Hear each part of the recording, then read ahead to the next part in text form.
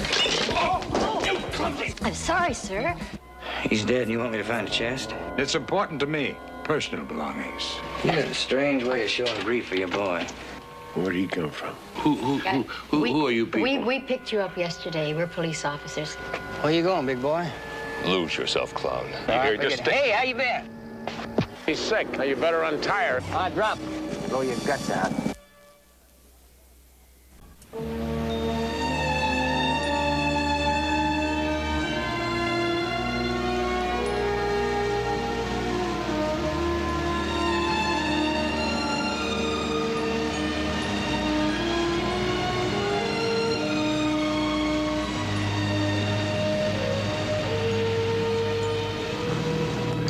Yo quiero un poco más. How is that? Great, baby. Except you won't be speaking any Spanish at this marina we're gonna pull into. But it's in Mexico. Yeah, and the bus boys, like the dollar bill, they all speak English.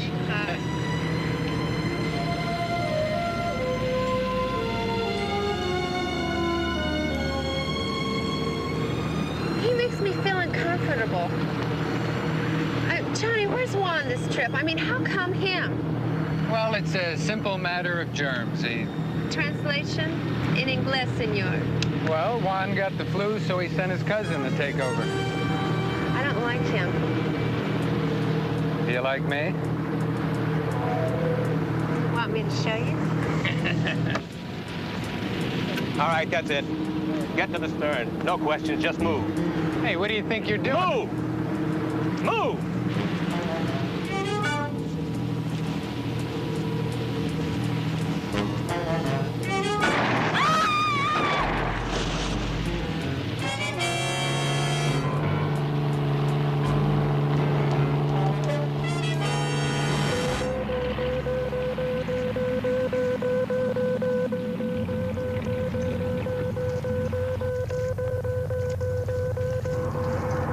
Here she comes. She'll be alongside in a couple of minutes.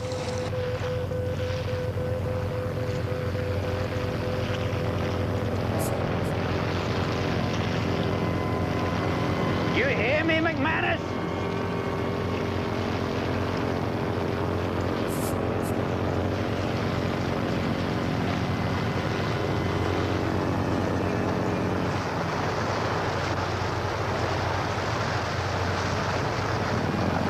Okay, get in line, McManus.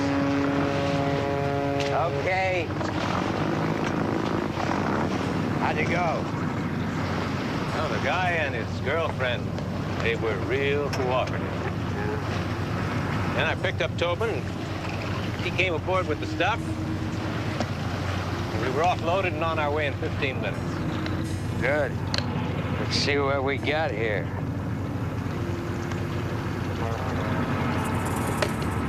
Yeah. All right. Move her out about 100 yards. Pull the plug, wait in the raft, and we'll pick you up. Anything on radar? Yeah. The Queen Mary followed you here. Funny. Now scuttle her.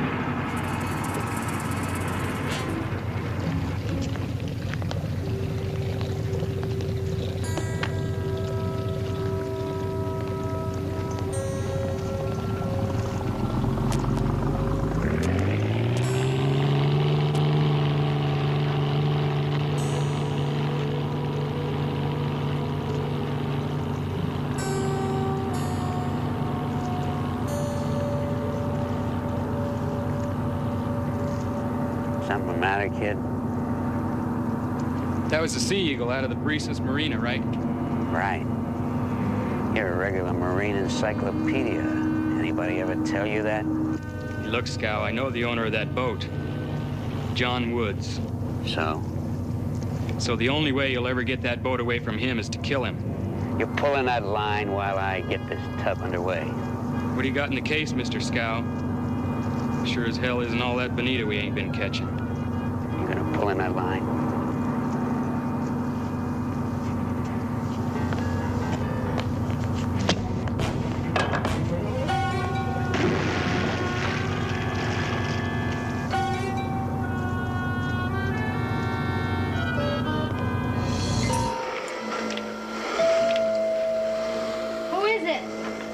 Mother. It's my day off. It was your day off. Should have locked the door. Hey, glad to see you using my Christmas present. Oh, it still works after all this time, believe it or not. What's up? I got a call from the Coast Guard. Seems they found a cabin cruiser scuttled. That sounds like the crime of the century already. Well, the only thing is, when it took off, Pepper, there were 3 people aboard. One was a stockbroker, a young guy named Woods, his fiancée, a model, and a bogus crew member. How bogus? Well, they found the guy who should have been manning her, wasted. So his killer obviously went on board in his place. They don't know what happened next, except that when they located the boat, they didn't locate the 3 people. Why don't you help yourself to a beer? Our divers went down to have a look. Somebody had disconnected the water intake manifold and just pumped her full of seawater. Then why didn't it sink completely? Not this boat, Sergeant Anderson. It's equipped with a special flotation collar right here. So she took on water up to the bridge, but that was it. I'll tell you what I'd like to do, Commander. I'd like to have our own lab men take a look at her. Sure thing. What do you make of it? Piracy, drug trafficking. And now homicide. Juan Segaris and that couple, probably. We've had 6 other boats missing and not recovered, so we sent out a special bulletin to alert the boat owners. Looks like we missed this one. I got a couple of guys out looking for Jack O'Malley. The harbor detective tells me he knows more about boats and owners than anybody in this area. Is that true? Yeah. But good luck if you can find him. He's been into the booze for about a year now, so he could be anywhere in the area or in any skid row on the coast. Would he know something if he were sober? Sober? Oh, yeah. Whitfield? You. I'm McManus. How do you do? So how much further down can you go on this one than you can this old one? Look, you studied diving in your own time. I'm interested in finding my son. Oh, partner. It just helps, you know a little bit about a lot of things in my business. Your boy, Scott. How long did you say he was missing? Well, he's not exactly missing. Not in the true sense.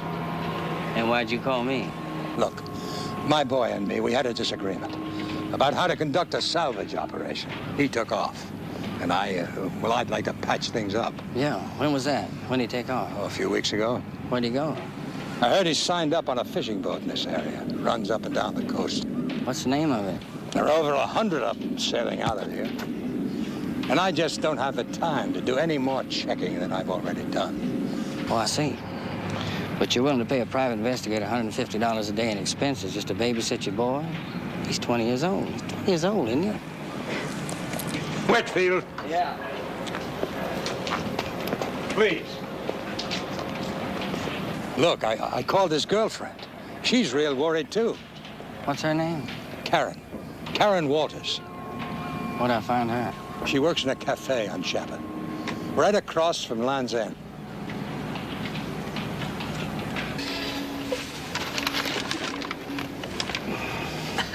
What'd you say his name was? O'Malley. Jack O'Malley. The cops usually pay a little cash for information. Is that correct? You've been watching a little television, huh? Well, how about a 5? Well, thanks. What about O'Malley now, the information? Well, I'm new down around here. I just got him from Portland, but I've heard the name. So if you just keep asking around, I'd have settled for a deuce. O'Malley. That's right. Well, you said Jack. I know Jackson. Jackson O'Malley. We're trying to locate him. Oh, he's in pretty bad shape, that one is. We've heard. Any idea where? Well, there's a couple of flop houses he's been favoring the last couple of months. Got some names? Yeah, the Star and the Waldorf Square. You can check out either one of them. Thank you, good buddy.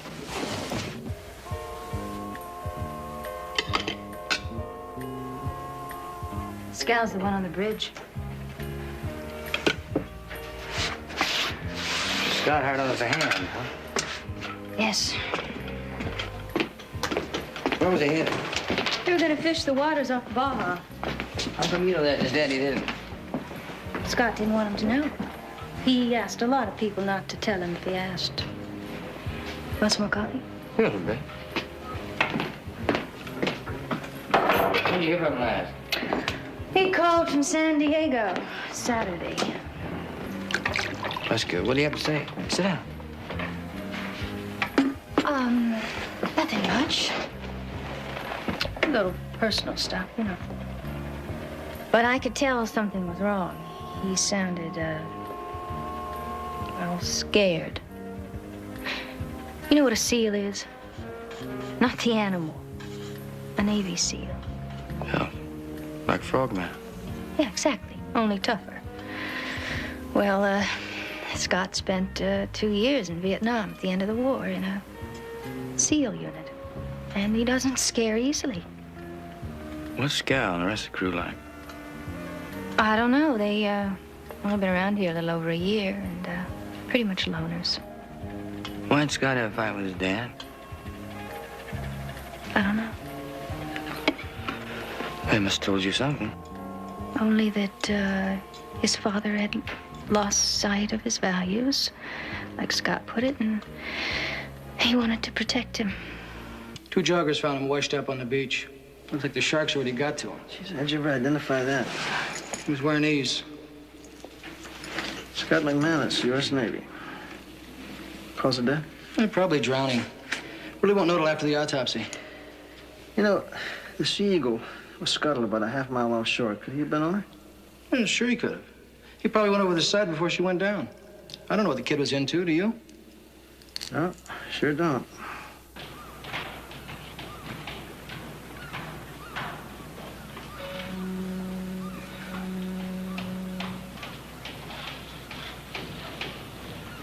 Mr. McManus, can you tell me where your son was working recently? The sign outside says McManus and Son. Now, Scott was a part of this business. I'm sure you've snooped around enough to know my boy took off 3 weeks ago. Can you tell me why? It's none of your business. You just find out who killed him. That's what you cops are paid for, not to pry into our private lives. Mr. McManus, that's what I'm trying to do, sir, to find out who killed him. That's why I'm asking these questions. Sir, the Coast Guard has located a cabin cruiser, the Sea Eagle. It was scuttled about a half a mile off the coast. Do you have any idea? Do you know if Scott ever worked on the Sea Eagle? Scott probably worked in half the boats down here at one time or another. He's been around them all his life. Why would anybody want to scuttle a $175,000 cabin cruiser? Do you have any idea, sir? When will Scott's body be available? To be moved? I'm really not sure, sir, but I can find out for you. Now, please, I'd like to be alone. Thank you very much.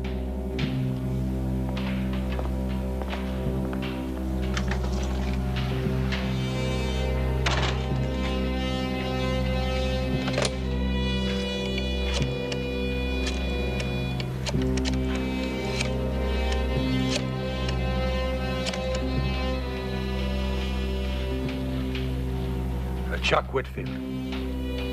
Oh? I want to leave a message for him. Have him call me right away. My name is McManus. He has my number. It's important.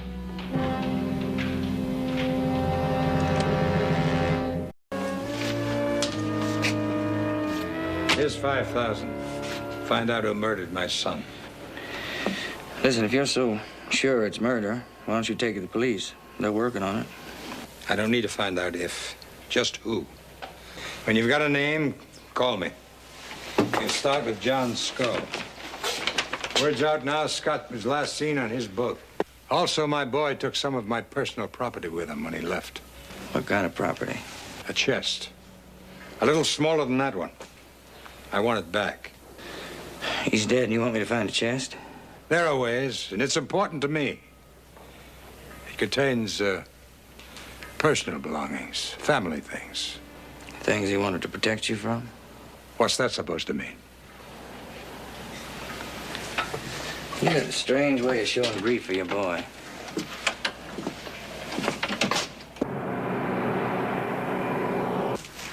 Watch your step. Thought you said the Waldorf. Well, with the money that Crowley pays off in information, this is the best we get. We better find him before they tear this place down. Yeah, the guy said 6. This floor may go any minute. 6.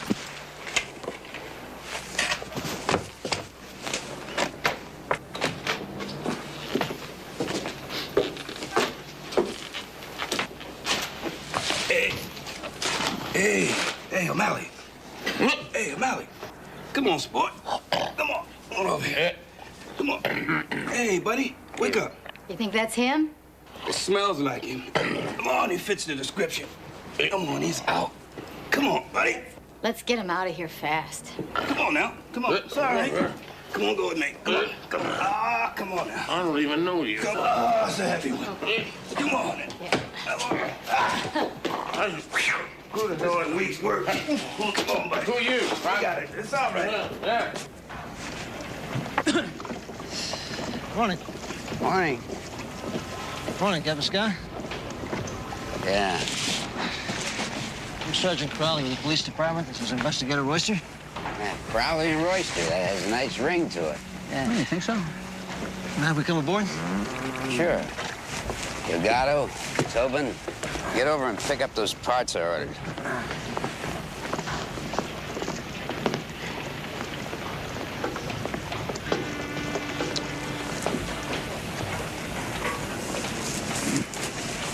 Take a good look around, Sergeant. It's just a fishing boat.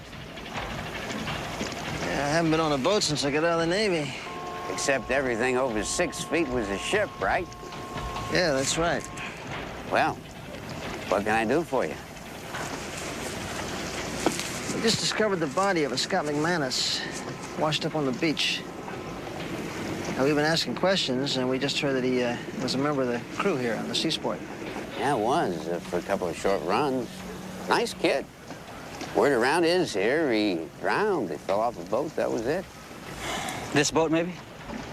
Yeah, it sounds almost like some sort of, what do they call it, an accusation?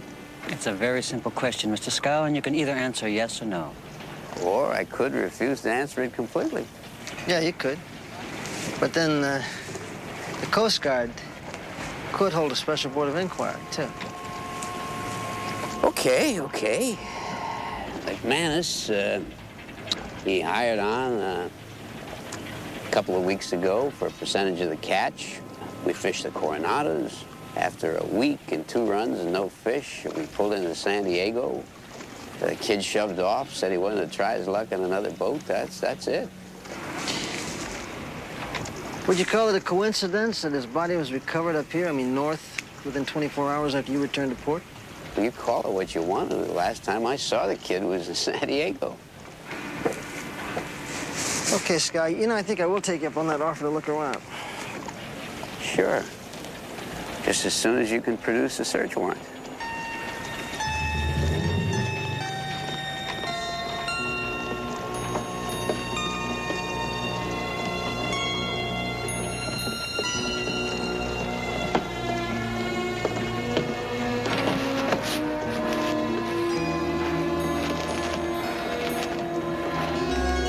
Well, it ain't Crowley, old sport.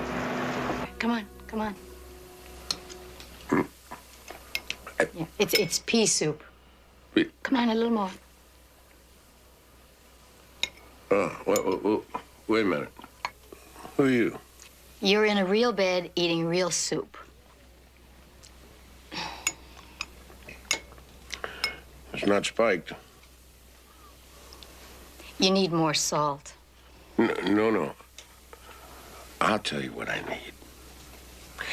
I need for you to take your pretty little body down to the corner and get me some sour mash.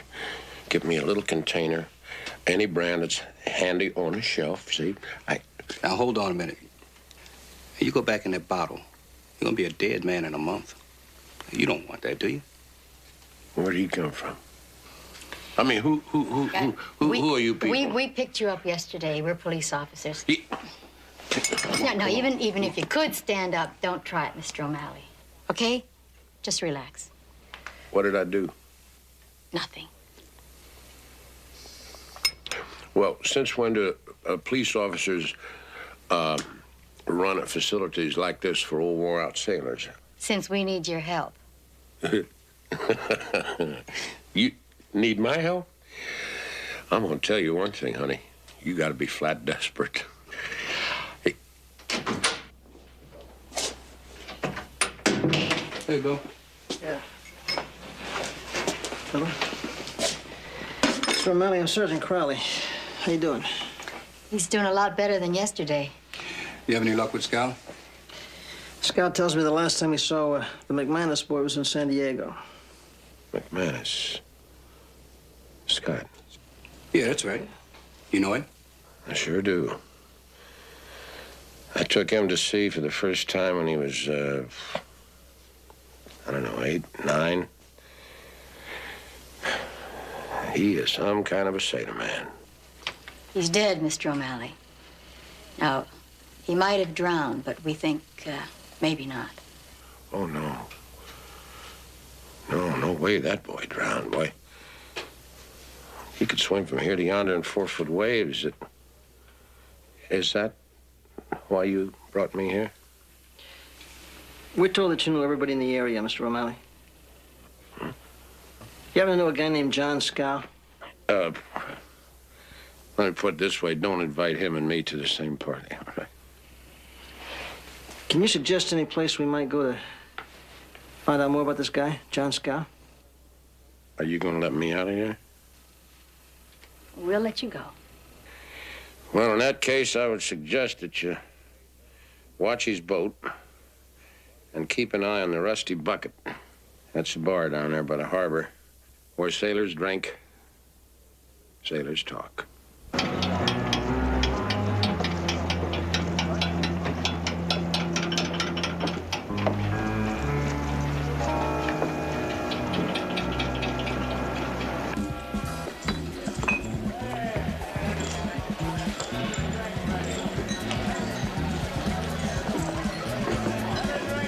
Three beers, miss.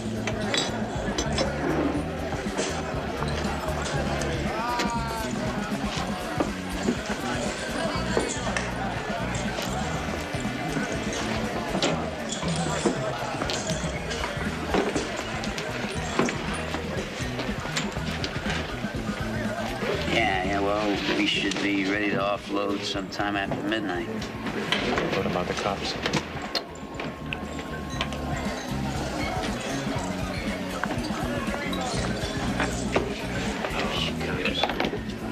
Go. Rod, you got me over. Hey, take it easy, Toby. No, come on. I'm sorry, sir. Well, I don't suppose you remember me.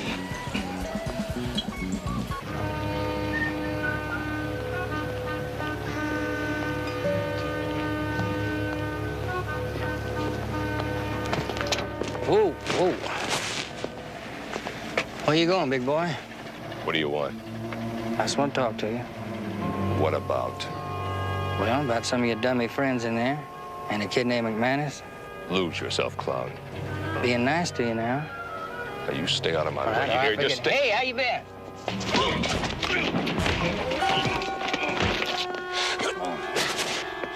Don't get up now. Just want to talk to you. They'll kill me. After you tell me everything you know, you can just take a trip somewhere, you know, and you won't get hurt that way.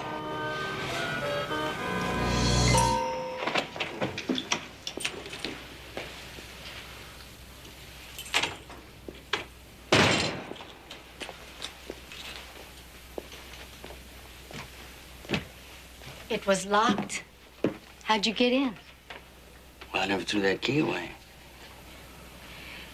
Make yourself at home? Well, I'm trying. Why don't you take that coat off and stay a while? Thanks. I thought you'd never ask. What brings you to town? I can't understand why Crowley doesn't make the move for you. You never let up, do you? No. What brings you to town? Well, I heard you were down on your luck, going through some hard times. So I thought I'd check it out. And I know you can do better than a Rusty Bucket. Yeah, you can do better than Toadsuck, Texas yourself. Now, that's a good little town. Who have you been seeing? You been dating somebody? Oh, Paul Newman calls 2-3 times a week, you know. Newman, yeah. Yeah, the blue eyes. Missed you. Why, no. I could tell from all those letters and phone calls. Oh, my. And the flowers. And telegrams. The place was flooded. How could you afford it? Let's not play games. We never did. So let's not start now. Okay? Okay. Here's to John Scow. I don't get it. Well, I'm gonna help you out. Now, I saw Crowley down on his boat, and I saw you in that dumb wig in your undercover outfit and that dive. And I used to play cop not too long ago, you remember? You know, I always did love to listen to you talk. You do? Well, listen. I got a message for Crowley. I want you to give it to him. But don't you tell him where it come from, you understand? I don't know why, but we never, I just can't, we just don't hit it off.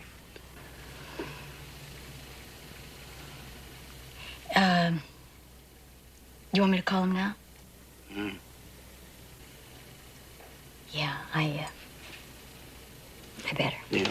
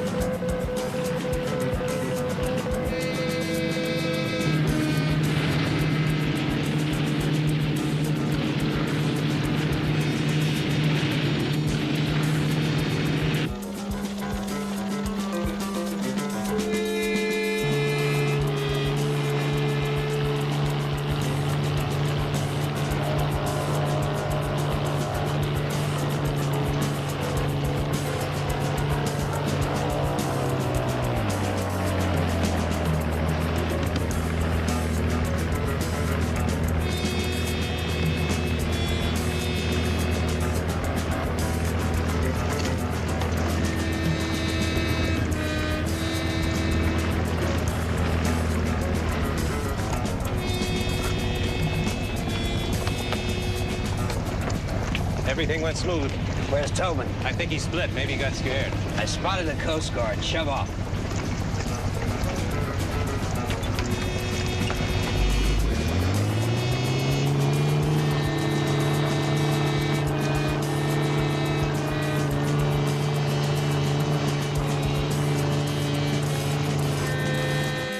Well, the way he took off, something must have gone down. Any idea what they're up to? No. No, an undercover policewoman overheard part of the conversation about this rendezvous and the location. I don't know. That's your show. Call a shot. Follow the cruiser. Headquarters to Point View. Take the cruiser into custody for questioning. I'm sending helicopter support to pick up the Fisher.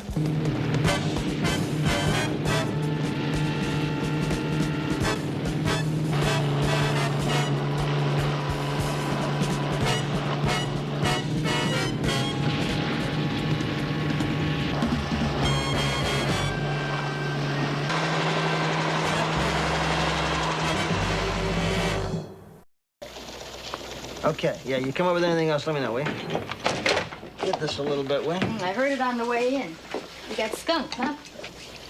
Yeah, that was the Coast Guard. The cruiser outran their cutter.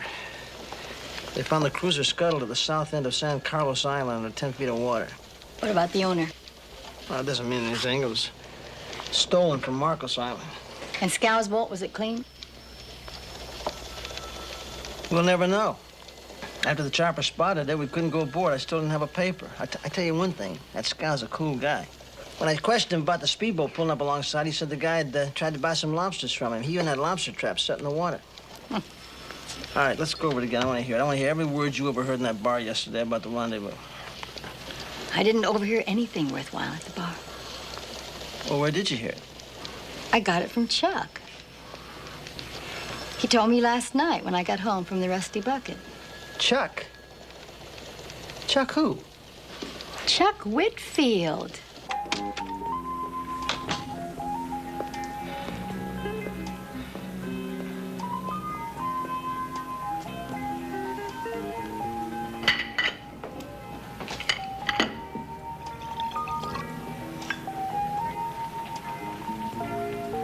Karen, I'm sorry about Scott.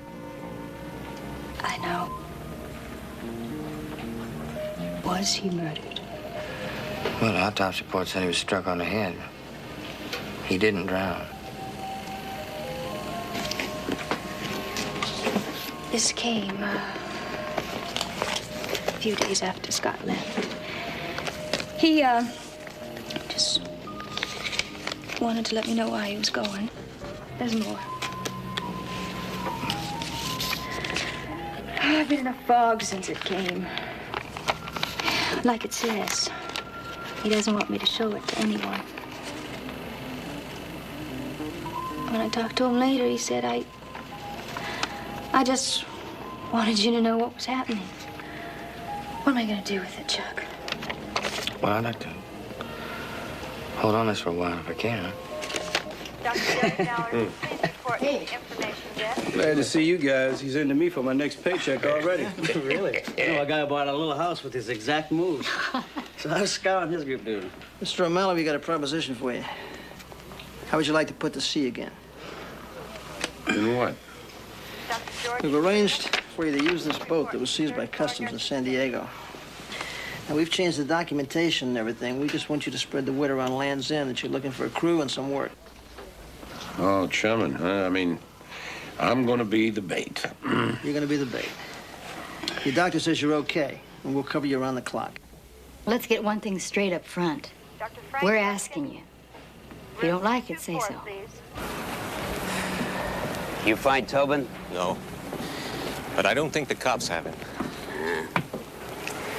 I don't like it. Something spooked that creep. Think we ought to call this trip off? Ah, we can't. Everything's moving now. Get a new boat ready, at least a 24-footer. I'll work out a new rendezvous location later. Make sure you're not followed. Right.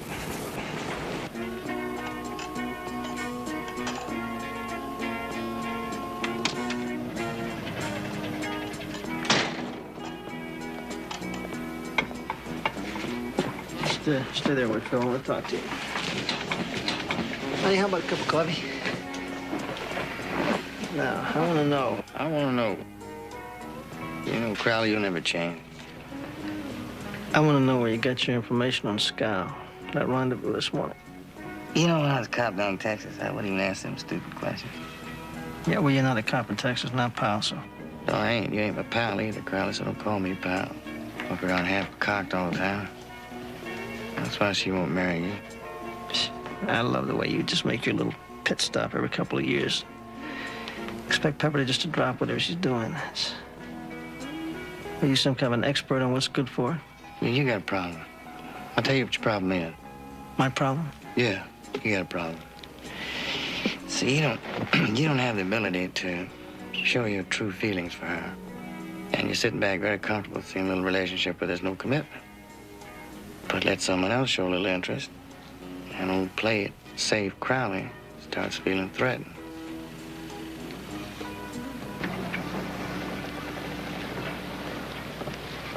Hi. I hear you're looking for work. Is your boat for hire? Well, depends on what for. I want to haul a load of shrimp up from Guaymas. Are you interested? Huh? What do you use for a crew? I got a mate. Okay. Get her fueled up and ready to go. We'll shove off at 1600 tomorrow. You didn't say anything about money. Oh, that's right. How about $100 a ton? Good. Oh, in case I have to contact you, you sleep on board, don't you? Well, it sure beats sleeping in the water, don't it? It sure does. I'll see you.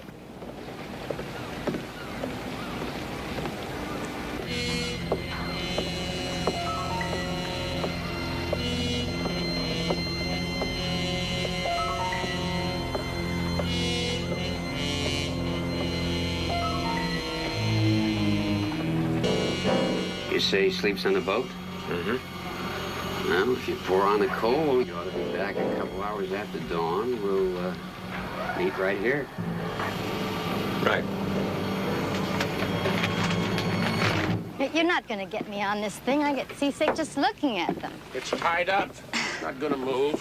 Yeah. I thought you said it didn't move. What about Delgado? Well, he wants this boat ready at 1600 hours tomorrow. He wants me to haul some shrimp from Guaymas. The only thing is that this is not a shrimp-carrying boat, so I would think that they are up to something. Sounds good. How are you doing? What you really mean is, have I had a drink yet, huh? I feel that I added a little extra pressure on you. No pressure. Maybe this is just what it took. Been a long, long time. Wish I could kick it. How long you been on the sauce? Too long. Ever since my wife died. Lovely lady. She was really my strength. We didn't have any kids. I lost everything and finally took the boat away from me.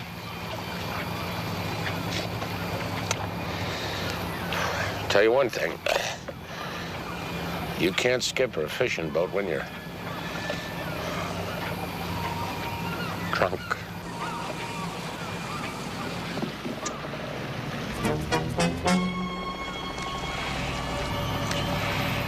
We got company.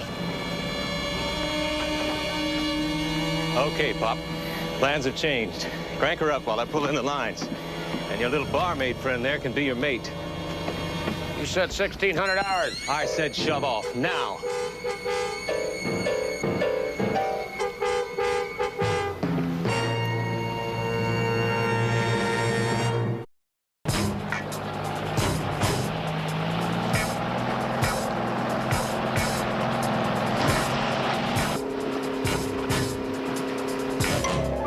Slow her down. Put it on automatic pilot.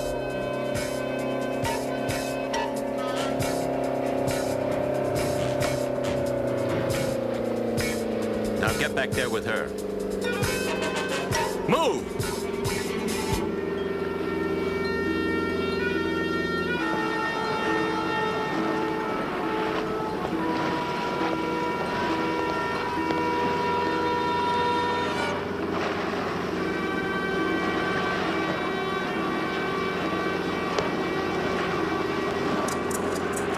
You all right? Yeah, I'm okay.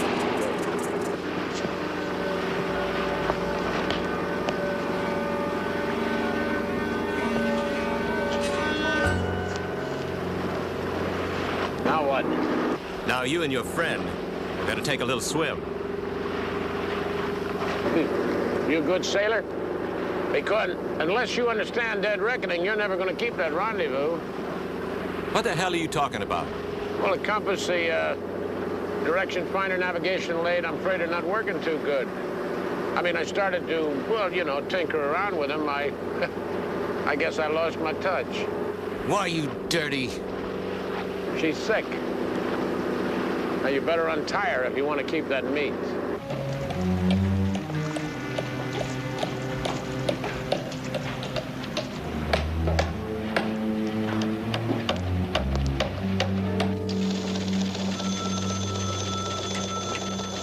Sergeant, impossible on the radar. It turned out to be a fisher out of Guaymas. That's great. Tell me something. How much longer is it going to take you guys to cover that area? We pinpointed correctly, an hour and a half more. That's great. She's been out there 8 hours now. Sergeant, I'm being asked, how is it possible they pirated the boat when the police were watching it? You guys want to tell her? Well, personally, we just thought that O'Malley was taking pepper for a rash around the harbor.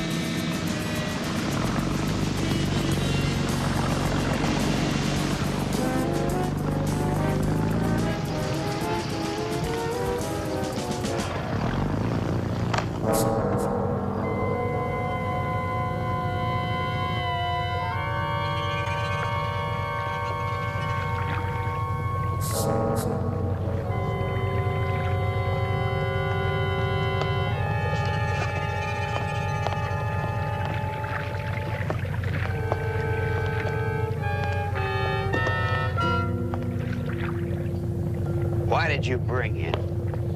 What else could I do? He screwed up all the navigation equipment. You should have stayed with your bottle. Or maybe you'd prefer a burial at sea. I'll take care of him.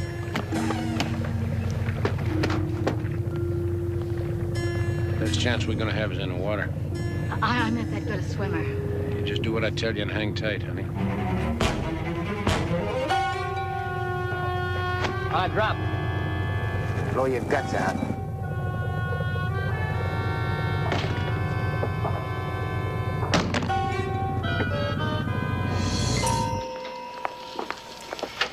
Well, he did say it was one of the biggest busts in the history of the department. I don't know. As far as I'm concerned, it's a case for homicide. We got 4 people dead.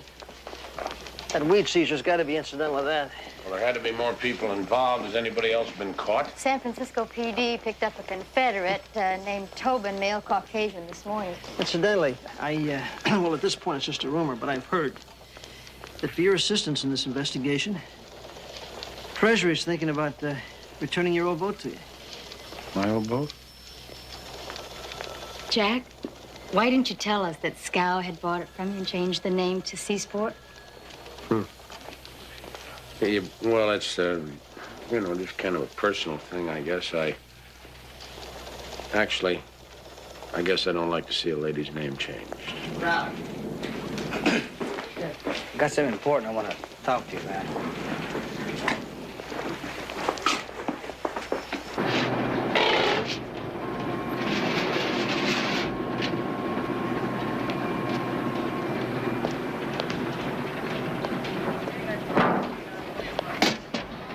Okay, go ahead, open it. We'd both like to see what's inside. I paid you good money. Yeah, you did. First, to find your boy's killer. They're in jail. Second, to find your property, and there it is. So open it. Open it.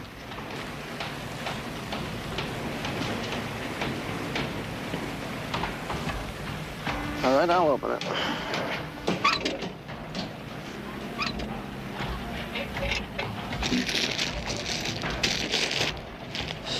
What do you think, Mr. McManus? About $2 million worth? Was it worth your boy's life? I'm going to read you your constitutional rights. I don't know what happened to my old man, Karen. When I found out he'd gone into the drug business, too, something inside of me burst. I remembered a few buddies in Nam, how the lousy heroin ruined them.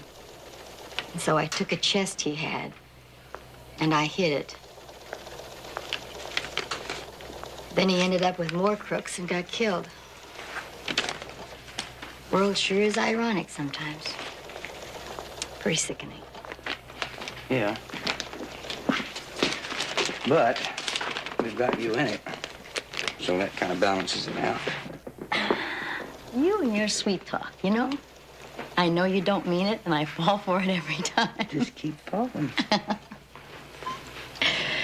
What's with you and Crowley? We're both interested in the same thing. You, my doll. Well, that's why you called me once.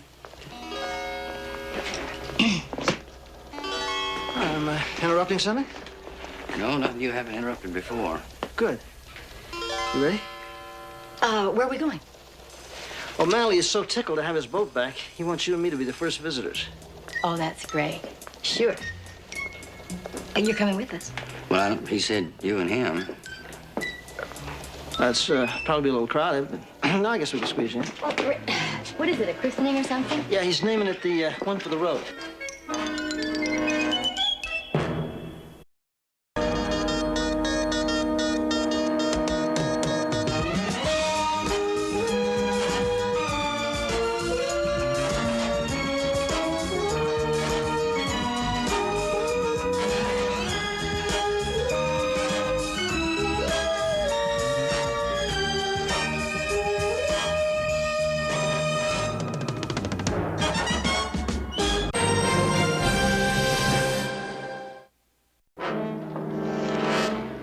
Well, then I guess I should tell you that he caught a number 120 bus right outside the door. A city bus for a getaway car? At 2:46, he was at the Melrose office, and just about 10 minutes ago, he cleaned out the central office. He hit the phone company? Now, suppose I were to take, say, $500 or $600 from each one. Welcome to the Christmas Club. Then to come home and find this Santa. It's Christmas Eve, and we just busted Santa Claus.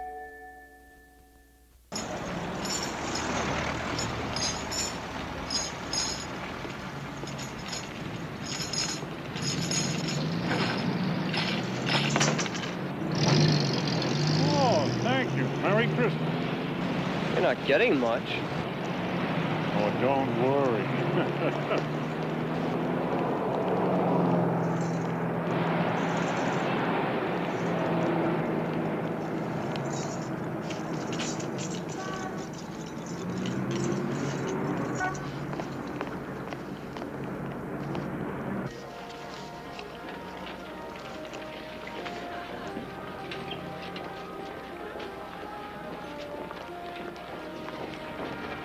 Excuse me. Hello.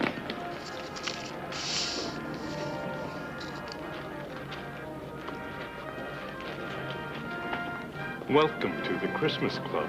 Not what you'd call your everyday type M.O., is it, Sergeant? Would you call it that?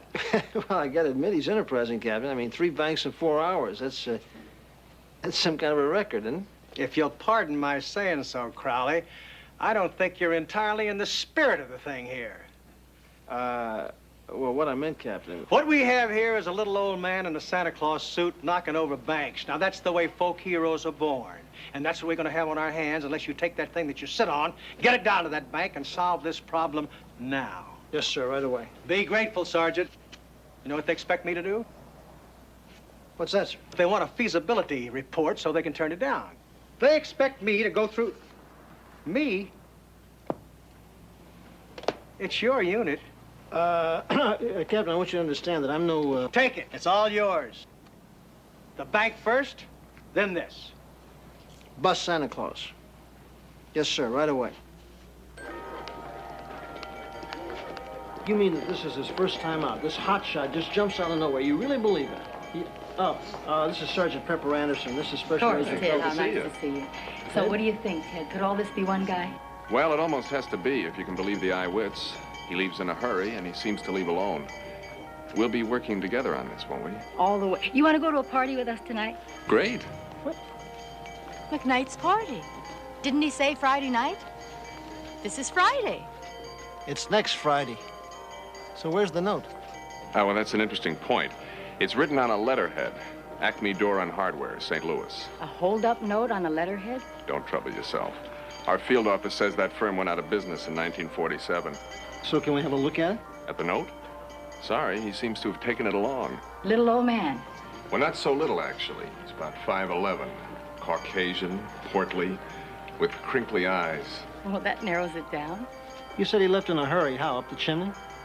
Banks don't have chimneys these days, old sport. Perhaps you've noticed. Well, actually, I'm fussy about those kind of details. You know, this is why I love working with you FBI guys. You're all so full of info, you know what I mean? Well, then I guess I should tell you that he caught a number 120 bus right outside the door here.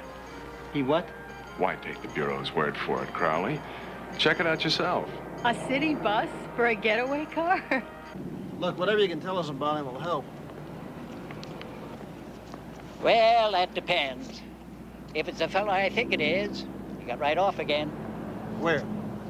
Well, let's see.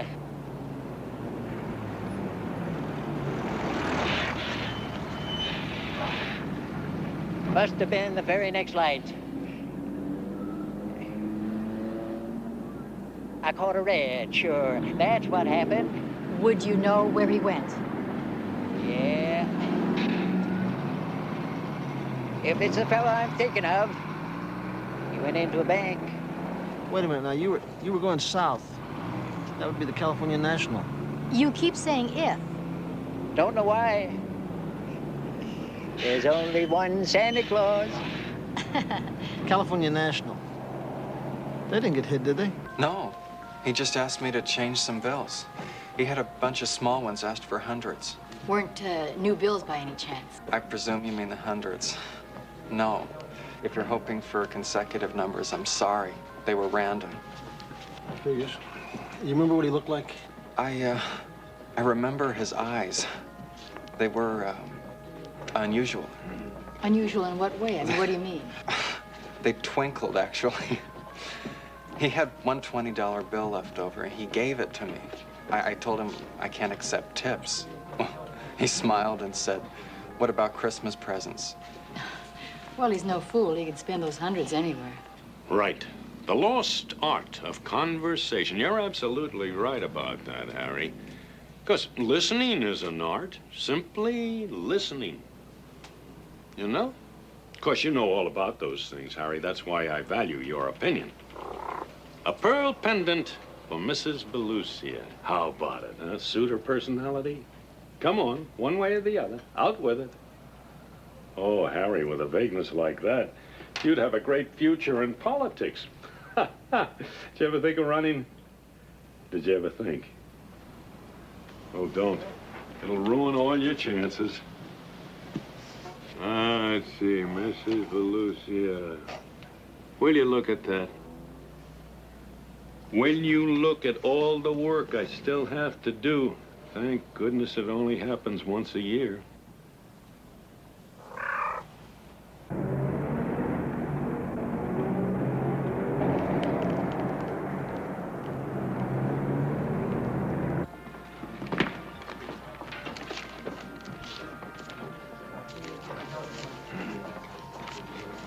Be generous. It's Christmas. Well, I'm working on it, Captain.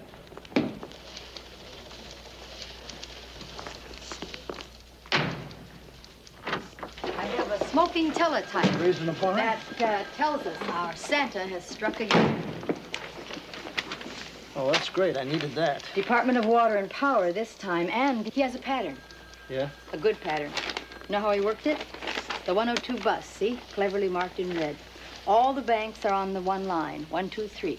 Hits a bank, catches a bus. Hits a bank, catches a bus. 3 banks in 4 hours. So where is he now? As of 26 minutes ago, he was right here. So if he follows the pattern, all we have to do is sit and wait. Gonna be that easy, huh? Who says it's only the thought that counts? Really?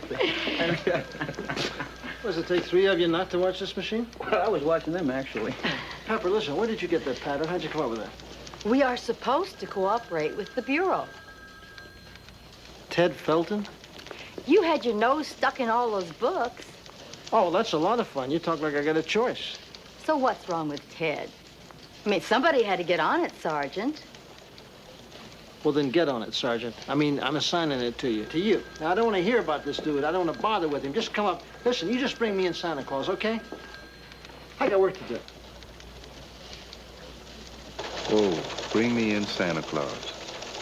Now, that's what I call the Christmas spirit. 211, Department of Water and Power. There it is. Santa Claus, 1600 block Monroe. Give me the map. Sure. Oh, All right, so he started here, so he's here. So he's here. Got the 21 bus line north to, what's north of here, Joe? Well, DWP has an office on 6th Street, 2800 block. so, can we do it? Can we get there before he does?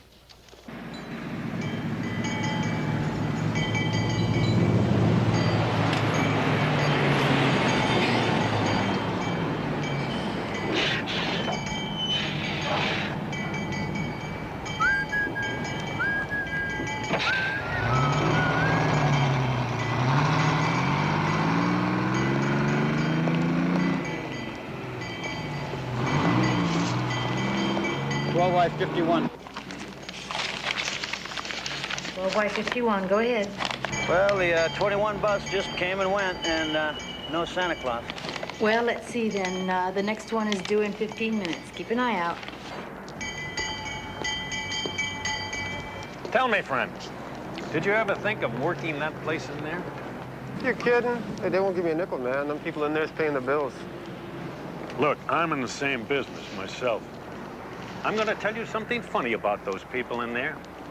They have got to find something to do with the change. You dig? 12Y51. Yes, go ahead. Something's happening out here. Got you, 12Y52. I see him.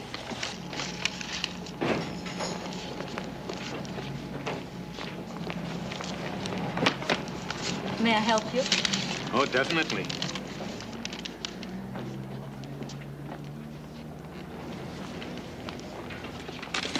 What's he doing, G2 in the joint? It isn't right, Joe. That's not his M.O. It just can't be. 6 Adam 18 and all units in the vicinity of 211 silent at the DWP 2800 block 6. Code 2. 6 Adam 18 responding. We're right on it. 6 Adam 18, roger.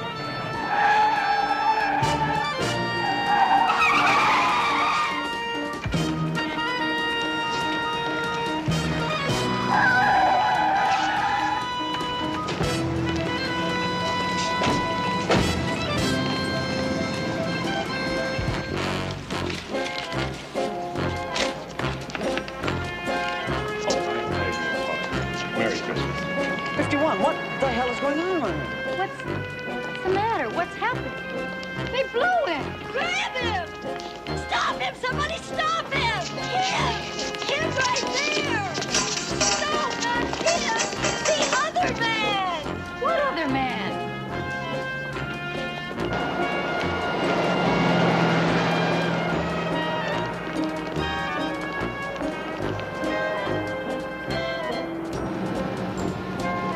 I'll take this one, you take that one.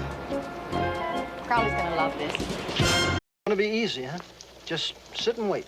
It was such a clear pattern, Bill. That's right, a dummy's pattern. Okay, so he's not a dummy. Mm-hmm. Well, you think I'm gonna rub it in, don't you? You think I'm gonna give you a bad time just because you stood there and you watched a suspect pull a 211 right in front of you and then you let him get away. Well, I tell you, just to prove to you what kind of a guy I am, just to show you how you've misjudged me, I'm gonna go back to my paperwork and leave the whole thing in your hands, Sergeant. Has he seen it yet? You haven't seen it yet, have you? You mean this? They tell me this is the best of the bunch. Let's hope it's a good likeness. What time's the bomb go off? See, that's what I mean about being misjudged. Now, where are you going? I'm leaving before you become violent, my friend. Me too. Thank you. Listen, did you think about getting a blow-up of this, maybe? Yeah. Say, listen, whatever happened to good old Ted Felton? DWP is out of his jurisdiction, remember? I'll see if I can get Santa to hit another bank, okay?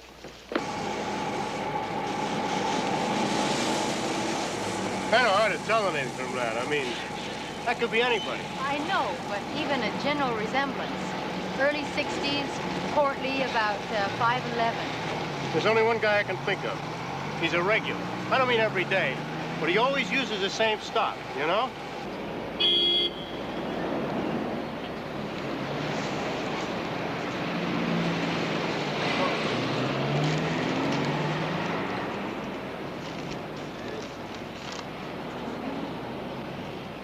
To be perfectly honest, I can't really say.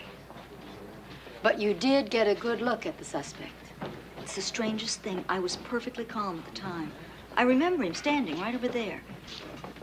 But afterwards, he didn't even have a gun, did he? Let me ask you this. Can you definitely rule this man out? No, I can't say that. And it is possible. What if I brought him in, say, stood him right here? Tell you what I remember. Quite clearly, in fact. His tie. I could identify that. Yeah.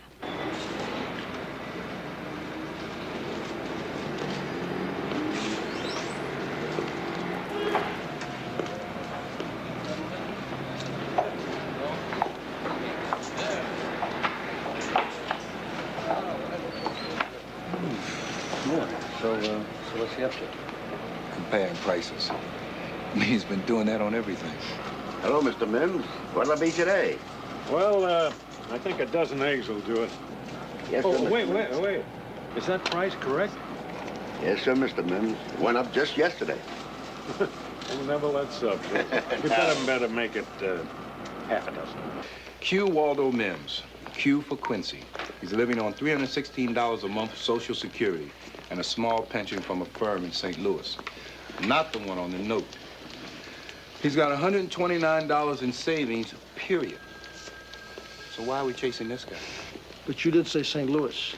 Bill, this Santa Claus guy, I mean, just so far this week has ripped off, well, almost 5,000 bucks. That poor Mims hasn't got a spare nickel. Seems mighty strange to me, really. Could this be him? Sure. And 600 other guys. Yeah, okay. I can see I'm asking too much of you guys. I mean, why trouble yourselves? Why don't you just write up the report and turn it into Barnes? Maybe that'll improve your standing around here. Or is there something else you maybe can dream up to do?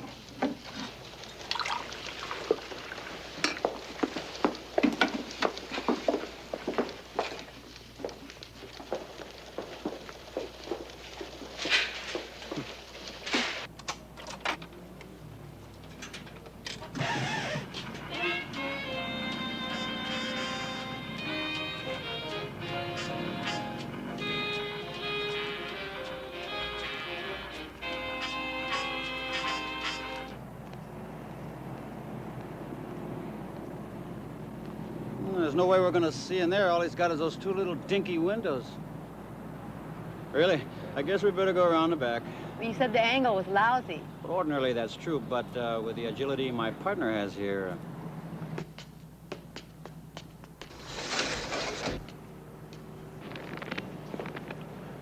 Are you sure you want to do this? Well, nobody can say I'm not motivated. You know, I'd do it myself if I didn't have my lucky break. I appreciate that, Peter. But I've always wanted to fly. Just take it easy now, really. Okay. For,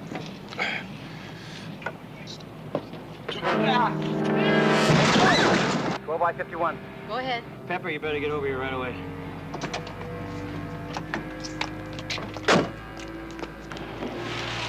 Oh, Joseph. Icky poo. Oh. Look, you're not gonna believe this.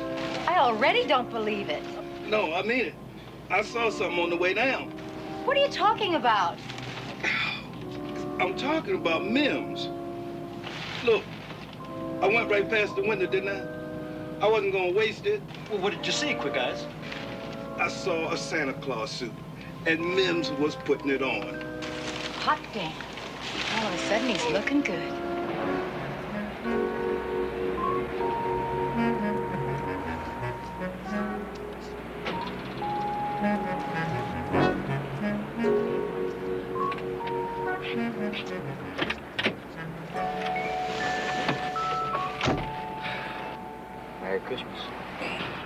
Okay, what the hell is this? Take a look yourself. See it? What's the matter with you, Joe? Nothing. Nothing at all. See, Mims shows up in a Santa suit, gets on a bus, goes to the florist, buys that bouquet of flowers, gets on another bus, and gets off here. So what? That's not exactly a bank or anything over there. Looks like a bunch of rooming houses. See, now that's an astute observation. That's why he's running things and we're a bunch of peons.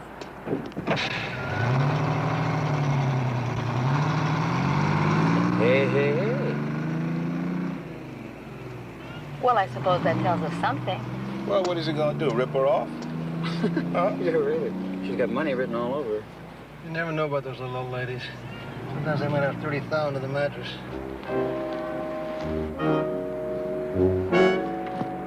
I just saw him.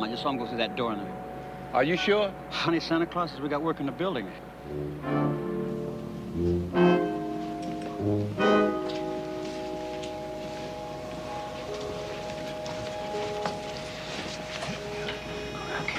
Wait a minute. It's my turn to kick the door. No. You, last week, you kicked the door. Don't you remember that?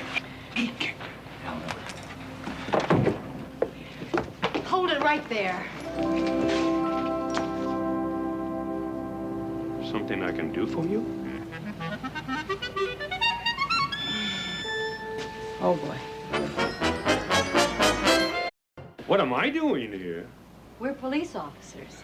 Police! Oh, my conscience. I thought it was a stick-up. You know, not meaning any offense, but look at the two of them. Santa. How'd you get in here, Mr. Mims? Oh, you know my name. Well, that's reassuring. The local fuzz is on the ball. You slipped the lock.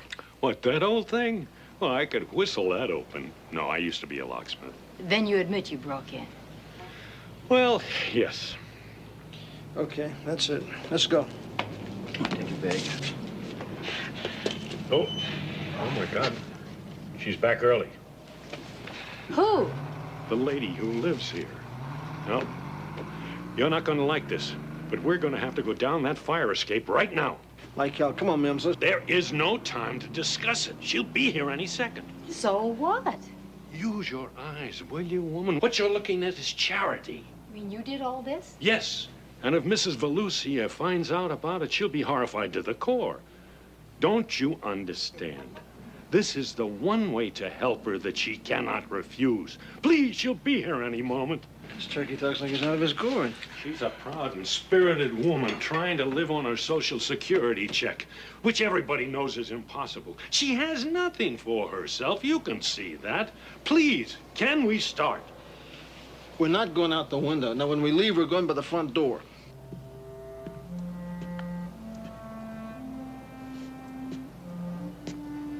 Here, you see that? It's cat food. She's 76 years of age, and this is what she has to eat to stay alive. Twice a week. That's all she can afford. Bill, there's a lady coming up the steps now.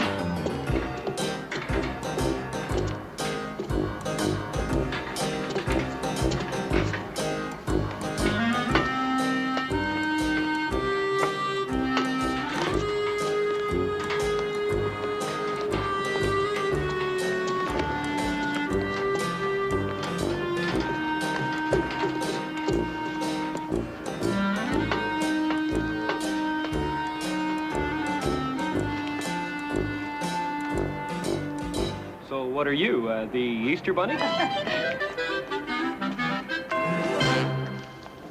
You know, you're being very unreasonable. I have receipts for every single article I brought into that room. You're gonna have to come up with them, too. I guess you know that. You still haven't answered the question, Mr. Mims. 3 banks in 4 hours, and then 3 of those other... Department of Water and Power offices. Yeah. I don't see how a man could move that fast. A 23-year-old kid couldn't do it. And look at me, I'm 73. Where'd you get the money for all these gifts? Oh, I have resources. Yeah, I know. $316 a month. We're gonna have to take a look at those receipts and see what they add up to. You know, we really are an extravagant nation, are we not? You know, if anything gets the least bit shabby, whoopee, we throw it away. And, you know, people get shabby, too. Anything over 65 gets junked. Did you pull the job, Mr. Mims? You're telling us that you did it. Oh, I don't know. No, you see, it is not my job to answer questions like that. That's your job. Mine. That's what we pay you for, isn't it? Huh? We, the taxpayers? You see how it's gonna be.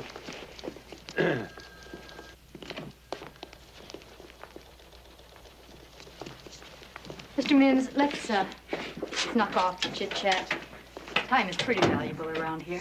Oh, sure. I can understand that. She's serious, Mr. Mims. Oh, she is. All right, then, let's all get serious.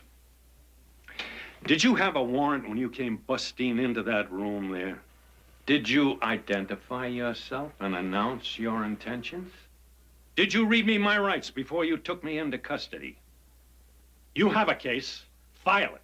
File it now or let me go, because if you try to hassle me, with 48 hours in the bucket, I'll write a 181 on you that'll melt you right down to the ground. And you too, Sergeant Crawley. You and those hinky-looking dudes you brought into that room. I'll go right on from there into false arrest, malicious prosecution, and everything else that applies.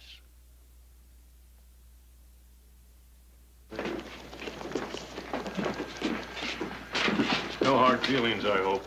Well, we were holding our own in there. I'd say it came out about 50-50.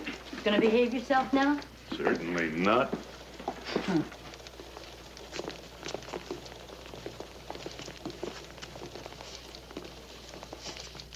Bet you don't have that feasibility report either.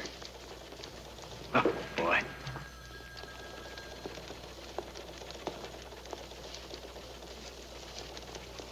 Now then, Sergeant, I find I'm confused. The manager said something about a commotion, but... Yes, we got word that there was a prowler in the building. Ah, I see. A prowler. In this room, in fact. Well, I guess there was. My dear, I don't care how tough you are. It's hard to keep going sometimes. When there's but 1 check a month and only 4 walls, you can get the feeling, especially at night, the feeling that no one on this earth really knows you're alive, much less cares. And then to come home and find this Santa, this, wherever he is, or perhaps she. Well, who knows what I might have come to otherwise. But there's no doubt about it, Sergeant. And I mean this. He's gotten me through the last 3 years. 3 years he's been doing this? Okay, that's our answer. Now we got it. How'd you figure that? He's got a pattern. Then he breaks the pattern. It's okay. It's all right there in the computer. We just have to go dig it out. Look, older people got habits, deep ingrained habits. We just use it against them. Just like that? Well, no, not just like that, but it's all there, Pep. It's all there right in the computer. All we got to do is dig it out and wait for him to come to us. If he's been at this for 3 years, how come we only found out about it now? You know, I'm glad you asked me that, Pete, because that shows interest, and interest shows motivation. So you two get down and stand in the computer line. I want you to punch in everything we know. Age, MO, the whole business. When you get the right answer, come back. I'll be right here.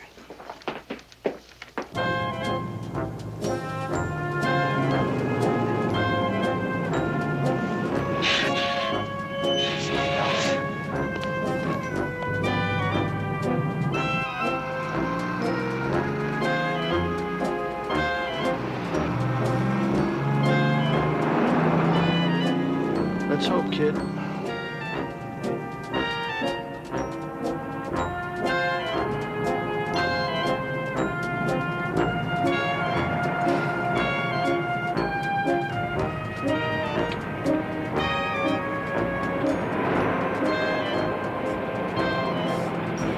I see a young man getting off, a woman, 2 kids. No Mims.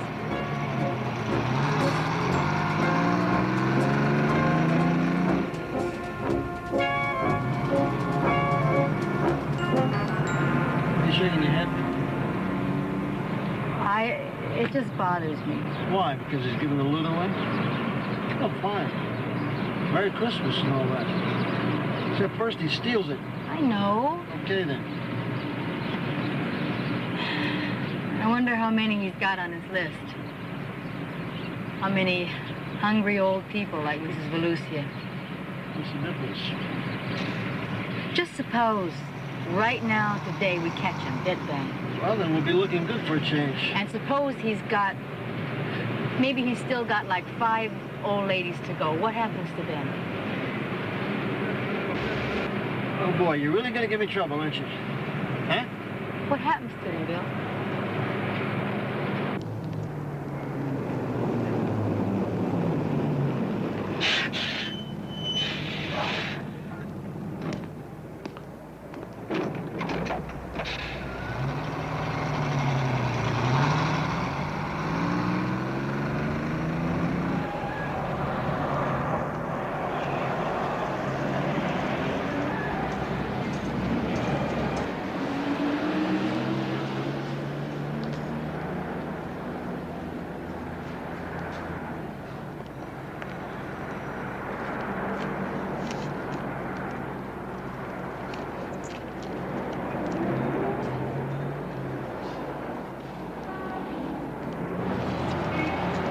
There, Bill. You weren't there to see the look on her face, to hear the emotion in her voice. You don't even know what I'm talking about. Do you think I'm going to get a kick out of busting this guy? I mean, do you think I really want to grab some old guy like that off the street and throw him in the jail? I mean, there are a lot of rotten people in that jail. But don't you think this is just a little different? I mean, this time, this one man is just a little tiny bit more human than the usual scum we run into. Listen, let's get something straight, Pepper. I mean, suppose he turns around right now and he pulls a heist. Suppose we see him and catch him dirty. I mean, now what are you going to do? Bust him. That's what I'm going to do, bust him. I don't think I believe you. What? Well, what do you expect me to believe? Pepper. Mims. Where is he?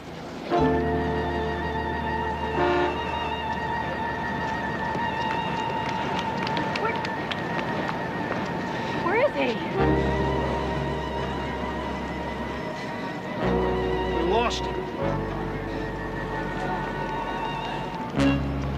That's great. Losing a suspect. That's no big deal, Sergeant. Happens all the time. Sure. Happens to me. Everybody does it, right? That's right, Captain. What time would you say it was when you last saw him? 2:30. 2:30. Well, he shouldn't be too hard to locate. Why don't you run on down to the phone company? The what? Phone company. At 2:46, he was at the Melrose office. At 3:19, the Lake Street office. And just about 10 minutes ago, he was at 6th and Main, where he cleaned out the central office. He hit the phone company? Yes, that's right. But I'm a grown man. And a grown man shouldn't let a little thing like that bother him. We're in trouble. Trouble? No, Sergeant. You two, Anderson, you're not in trouble. You're our top unit. You had the suspect under close surveillance. And he pulled off 3 robberies right under your nose. 3. Nah, you're not in trouble. Except with me and the chief. And now the phone company. Good morning. Snow would be nice. Oh, good morning. Good morning. Merry Christmas. Please, I don't want to see one. Oh, come on, Pep. Don't be that way. It's Christmas Eve. This hour of the morning, to me, it's just another work day, far as I'm concerned. Moody on Christmas, Pepper. That's not nice. What do you know? It's us. What is? Joe had an idea, so we fed it into the computer. It's Christmas Eve, right? The way it looks is Mims always saves one last shot for Christmas Eve. The thing is, where or when can we predict it?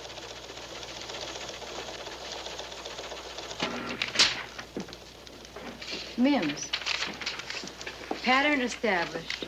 Final operation December 24 corresponds to location number 4. Initial day of operation. Who wrote this? The lawyer? The computer. Come on, read the rest of it. Pattern projection based on operations previous indicates California National Bank, 5th and Union. That's it then, California National, 5th and Union. I think we got it. What are you talking about? I keep telling you that older people are creatures of habit, right? California National. Remember the teller, the guy kept talking about Mims's eyes, how they twinkle and all? Yes, I know. So he exchanged some money there. So what? But that's the pattern, babe. Today goes back and he knocks it off. Today, it's Christmas Eve. I think we got it. You know what? I think so, too. Let's do it. Let's do it. Come on.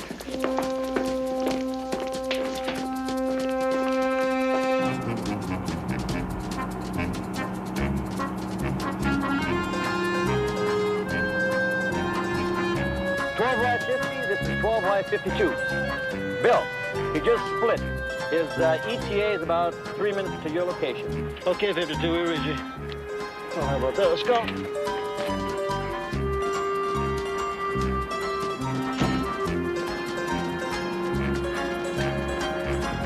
You're reasonably certain that there won't be any shooting. He isn't armed, Mr. Summers. He just uses that note. Still, I don't know. Just letting him walk in here like that. What if there's trouble? I can assure you we're not going to attempt anything in here. And we have men outside. We'll let him go outside with the cash, and then we'll grab him there. Well, all right. I'm sure you know what you're doing.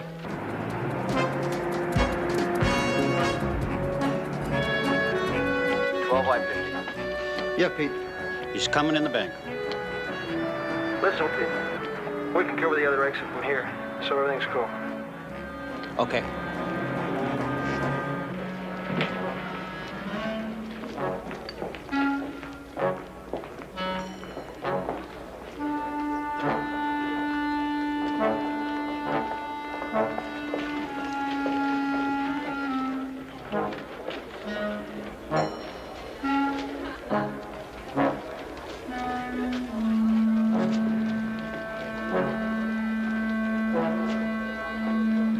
May I help somebody? Oh, 52. Yeah, Bill. Mims just got in line. Looks like his wandering days are just about over. All right. This is your bus. You should be feeling pretty good right now. Just make sure you put the cuffs on him. Count me out. Thank you, and a Merry Christmas. May I help you? Sure may.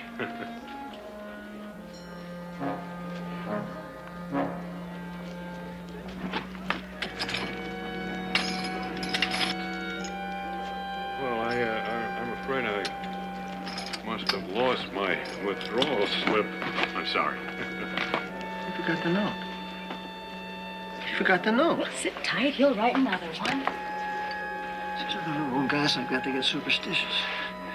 Geez, how can you forget the note? How can you do a thing like that? Well, don't take it personally.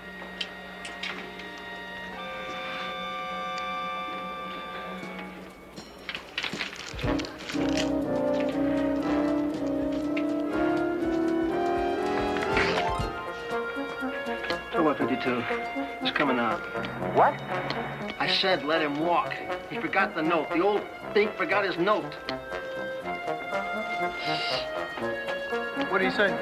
The old dink forgot the note.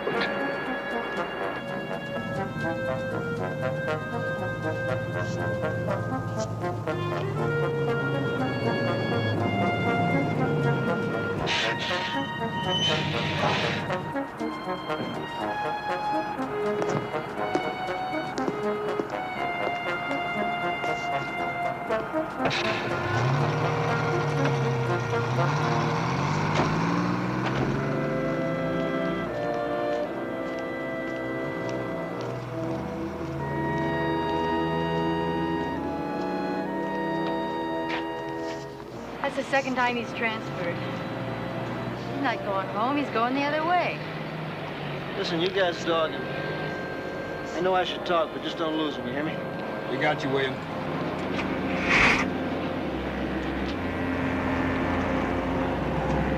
What's the matter? He got away, didn't he? The note. Bill, if he forgot it... Yeah? What? Well, if he forgot it, it could still be in his room, couldn't it? You know, it just could be. We'd never get a warrant, though. It's Christmas Eve. Who could find a judge on Christmas Eve? Even if we could, he wouldn't talk business. Well, then we'll just have to wait till next year, won't we? I'll find the judge. That must be his wife. Wonder what happened to her. You suppose there any kids? No, there'd be pictures.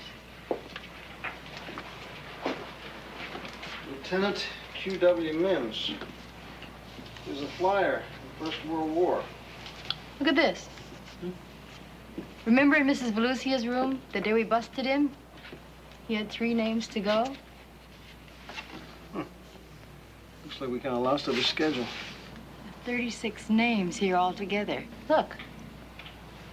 He's all through. Everything's crossed off the list. So what's with the California National Bank? Yeah, what?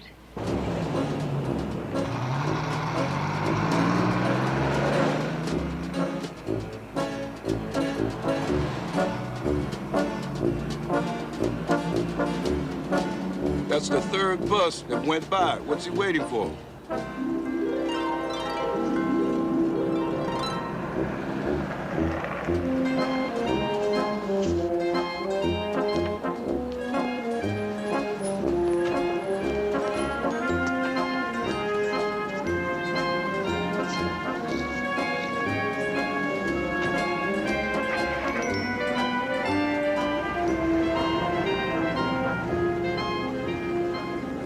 Not gonna believe what you're getting ready to tell him. Yeah, sure. That's right, Bill. That's just what I'm saying. A chauffeur-driven, white convertible Rolls-Royce. How about that, huh? Pete, what you expect? Put off the red-nosed reindeer? Just stay that way. Creature of habit, huh? Yeah, you just keep digging. Well, there's no note. Just dig a little deeper, Pepper. It's gotta be here somewhere. Scrooge!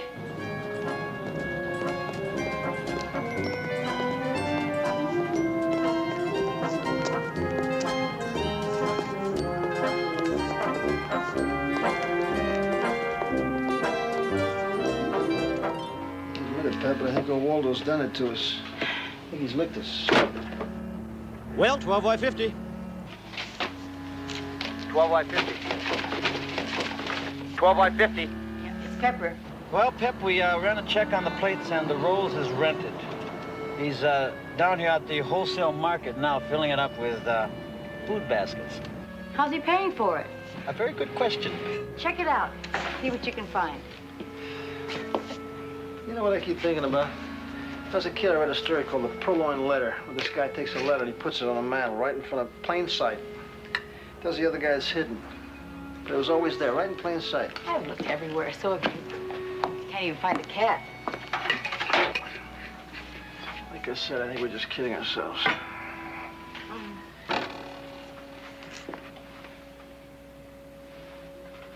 It's just an idea.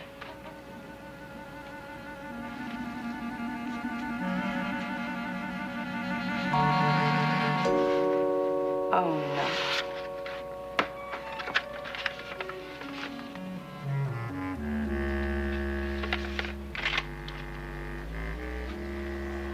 That's what I call hard evidence. Okay. That's the ball game. go pick him up.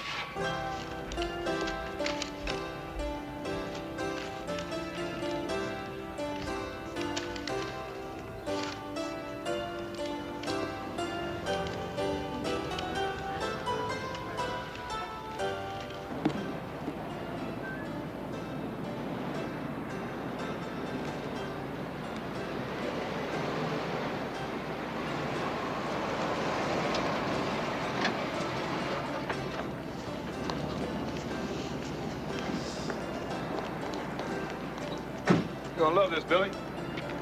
Oh, they inside? Yep. Okay, you guys want to take the back? Let's go.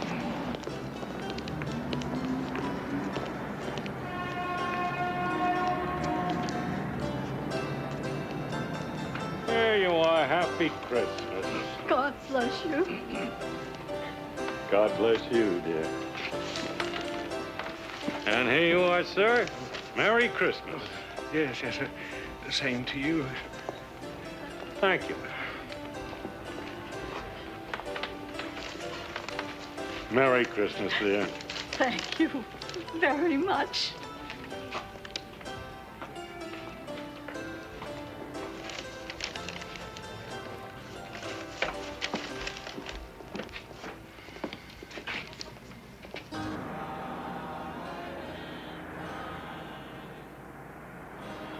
Merry Christmas to you, my dear. And a Merry Christmas to you also. Merry Christmas. Merry Christmas, darling. Merry Christmas, sir. Merry Christmas.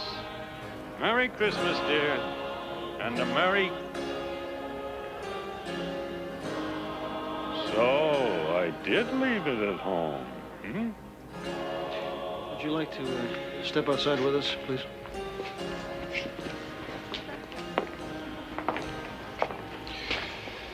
It's beautiful, man. It's Christmas Eve, and we just busted Santa Claus.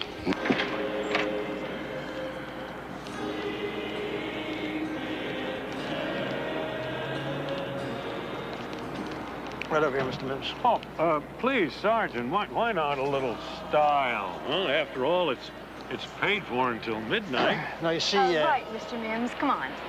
Yeah. Why not? Okay, why not? Good, good. Justin, will you give me those gifts? This is a quaint little custom, you know, matching wassail cups.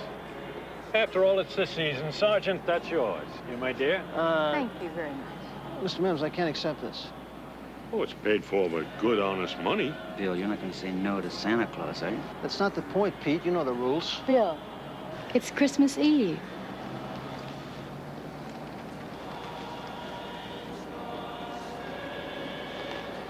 Thank you, Mr. Mims. Good, good.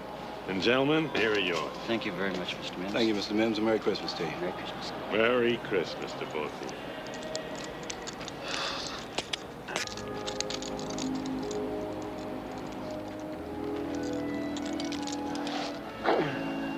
Pete, would you get my car back to the garage, please? No, and... Oh, about the car. It really was a necessity. If these people didn't think I was very wealthy, they wouldn't have accepted the gifts. And it was kind of you not to blow my cover. Now I can come back again next year. Next year? Yes. Oh, my dear.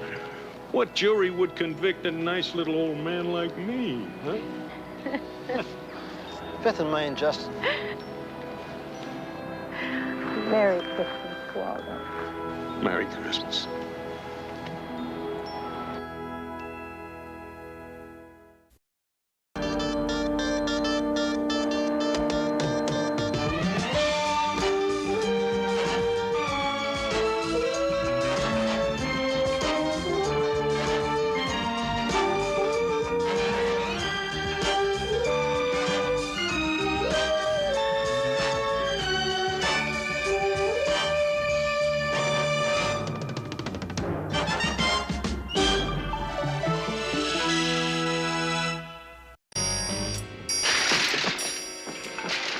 Okay, Barker, stop.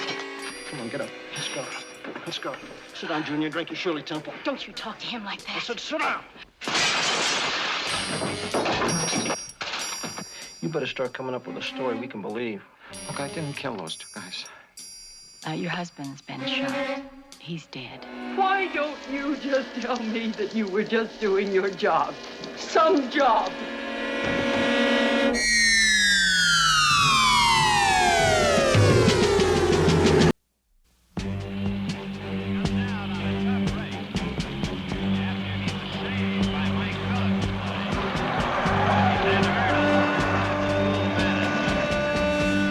The Dodgers lead 4-2 in the sixth inning. Butch Metzger will be coming in. The Dodger bench is furious at the Giant official score. Several of the other Dodgers went out and looked up at the press box and say, how in the world can you penalize Say? Davy Lopes, we can see, is looking up. Gail Hopkins is out of the dugout.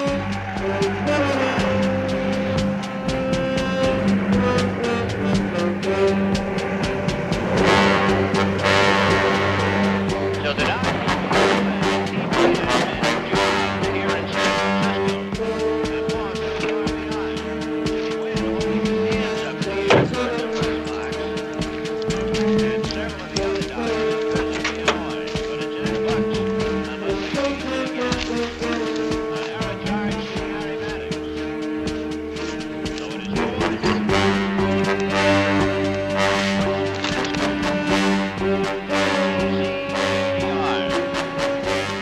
Butch Metzger.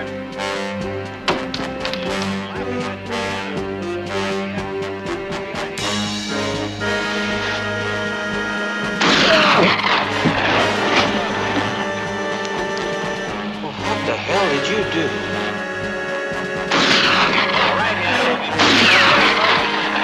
With Ron Say at second, 2 runs over. And the Dodgers leading 4-2, and they're going to walk Ferguson intentionally. And that'll bring up Russell.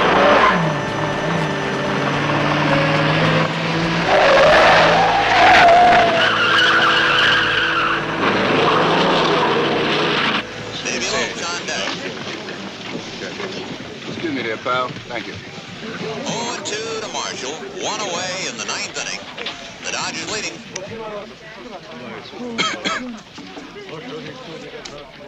What do you got, Joe? 2 dead. 1 here, 1 on the other side. Who is he, Joe? Henry Caffey, he's doing on the shift that's working now. Lady, you could look at that. My wife turns green if she sees a fever blister. He's the guy who found this body, and the responding officers found the other one. I was reporting into work, see? I thought Henry was looking on the seat for something. Well, like I told the officer, I didn't see anybody or anything. You know what I mean? I'm sorry. That's the I'm consensus sorry. so far. Nobody saw anything that we could use. I'll tell you what I got. I got 3 shells. 2 over there and 1 around the other side. 303 Enfield. That's great. They're about as common as an empty beer can.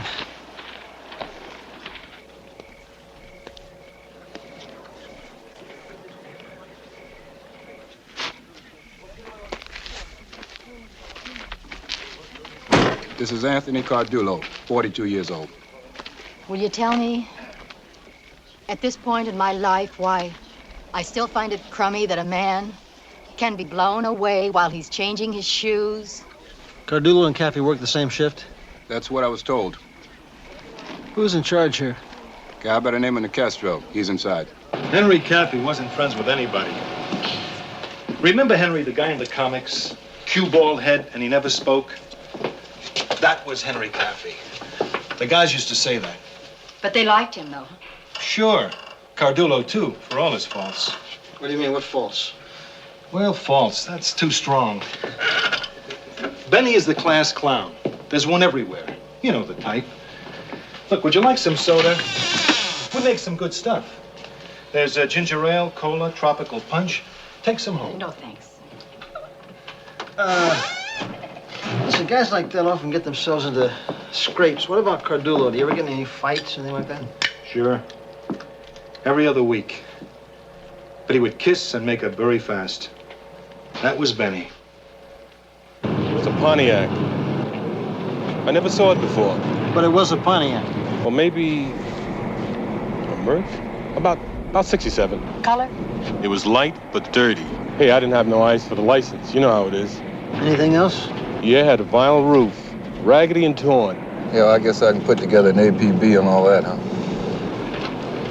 Okay, we'll be in touch with you guys. Okay. Yeah. Thank you.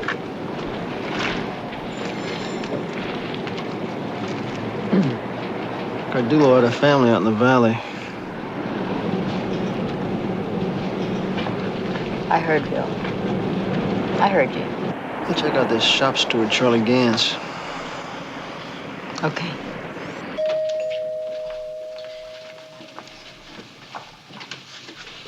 Benny. I'm with the police department.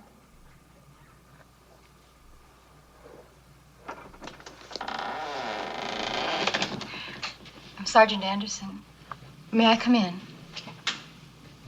Yes, just a moment. Are you Mrs. Cardullo? Yeah. May I? Please.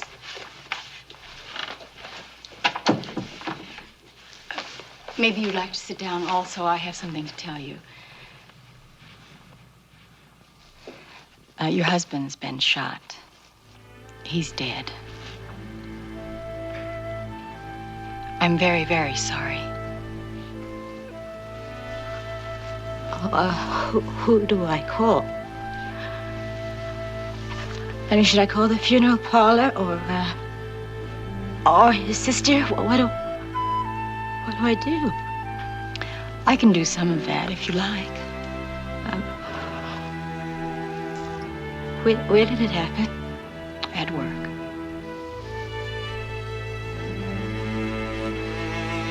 They got what they wanted, didn't they? They got what they wanted.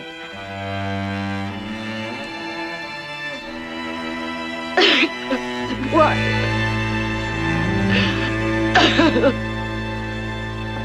Well, Benny Cardullo's forklift almost ran him down. It was probably his own fault. He's a klutz. You weren't riding him about the strike that's coming. You weren't teed off because he was talking it down. Teed off? Yeah, sure.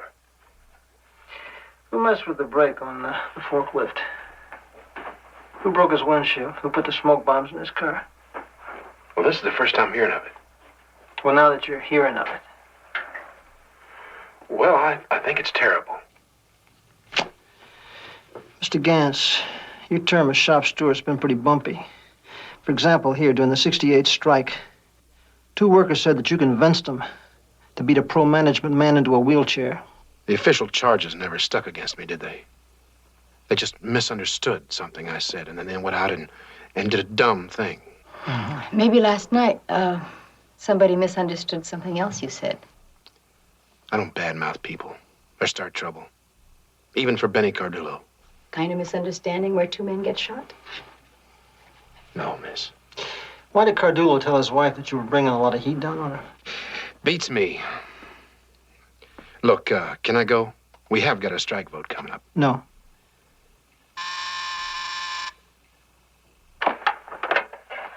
Anderson here. Okay, thanks. The alibi checks out. You're damn right it checks out. Mr. Gans.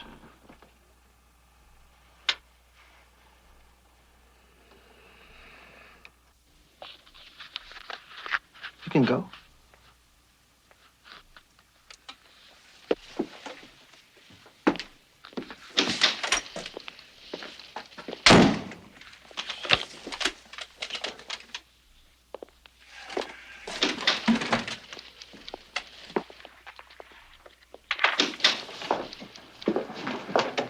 That guy intimidates everybody. He's the kind of guy that you're wishing on. Okay, George, relax, will you? This is Pepper Anderson, George Nellis. He's chief of security. How you doing?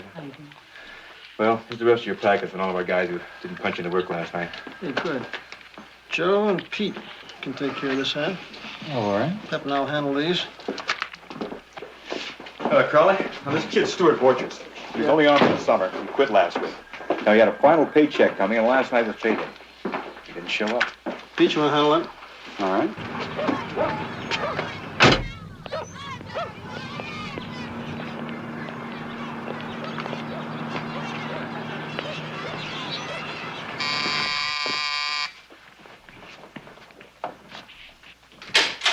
Mrs. Borchers? Yes? We're from the police. May we come in? Please do. You found Stewart. What's happened? No, we haven't located him yet, but we're trying to. You have a painter in the family, huh? Stewart. I always wanted to paint. This one here I find very interesting. Really nice. He won a prize for that. High school, his junior year. It's called Cold Wind. I think that's a very good title for a painting, don't you? Absolutely. Miss Borchers, you told the Orange Grove Sheriff Department that your son drives your old car, 1965 Pontiac, light brown, PCE 107 license plate? Oh, Stewart complains so about that car. I tell him I'm not Princess Grace. Well, is there anything about the car that might stand out? You know, like maybe a busted windshield or headlight? No, no. Well, to tell you the truth, I don't pay much attention to that sort of thing. It's perfectly satisfactory transportation for a boy of 18. Better than I had at that age. Would you like some coffee? Mort may have forgotten to punch his card, but he went to work. How do you know that, Mrs. Barker? Because he had his lunchbox, had his work clothes on. Then this morning he talked about the job. He said he pulled his back out last night. Yeah, well, did he tell you the 2 men have been shot to death? No. No, he didn't.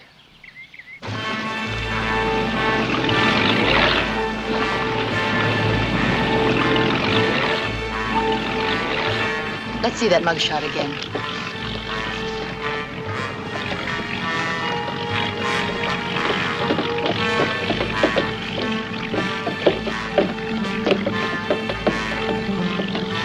That girl with the glasses.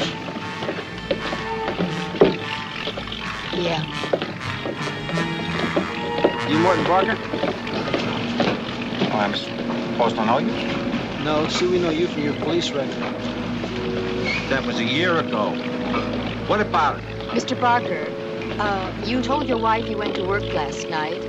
You didn't. Why is that? Why is that, Mr. Barker?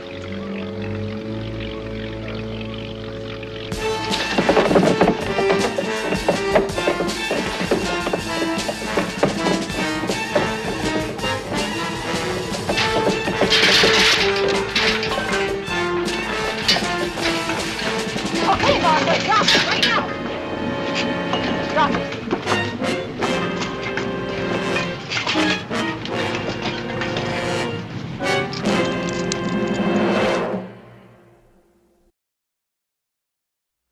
2 weeks ago, according to your personnel record, you and Benny Cardulo went at each other in the men's room. What's that all about? Benny was washing his hands, took off his watch. There's a hole in the plaster above the sink. My elbow hit his watch by accident. Got stuck down behind the wall. So he hit you? He kind of shoved me. I shoved him. Mr. Barker, I can only repeat, I don't feel you should say any more. Look, I want to get this all over with. I want to go home. Look, I don't know what the personal problems are between you and your wife, but she's going to find out all about this anyway sooner or later. Maybe not. Maybe not. If they let me go soon, I can make up a story. The boat was late. We'd like to see you get home quickly, too. Sergeant Crowley, my client does not own the kind of car you're after. Now, that's documented. I don't see why he's still sitting here. Yeah, well, in April of '74, he was busted for assault and carrying a concealed weapon. That's documented, too. Doesn't apply, and you know it. Look, I get excited sometimes. That's why I ran away from you. All right, I had some problems in '74, but that's all straightened out now. Your problems with Benny Cardulo went beyond swearing and shoving, didn't it? The company records show that you had to be taken to a doctor. Your vision was blurred. Okay, look, I didn't go drinking by myself last night. I did. I lied about that. See, I used to be very heavy into gambling. My wife left me for a while. I was in debt to very crazy people. These are animals. That's how come I got caught with that gun last year. I even beat up on a guy. I thought he was after me. It turned out he was a druggist from Wilton Park. Anyway, I kicked gambling through Gamblers Anonymous. I met this guy there, Arthur Morris. So I'm leaving for work last night. He calls me up. He says, look, I'm in a card game in this hotel. I want to break away, but I need your moral support. So I go over there. And 20 lousy minutes later, I'm in the game. Who were the other people there? I don't know. It's 3 guys. I never met them.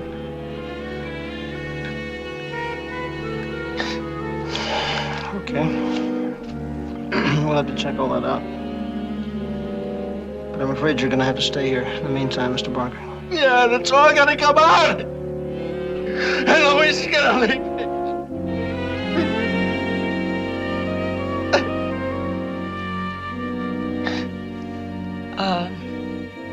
Where do we find this Arthur Morris? I moves around him.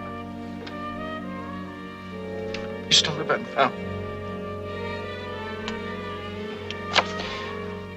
Mr. Barker, did Charlie Gans, your shop steward, suggest that you knock Cardulo's watch behind the sink because Cardulo was anti-strike? Look, I told you it was an accident! Can I see outside, man?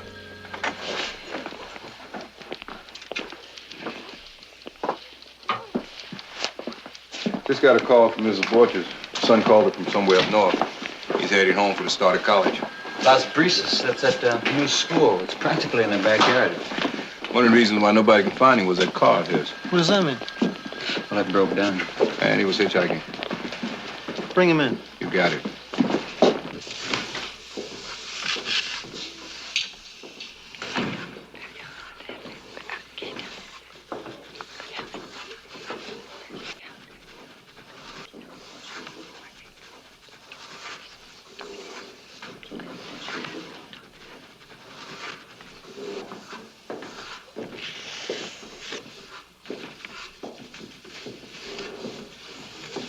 Borges, can I see you outside, man?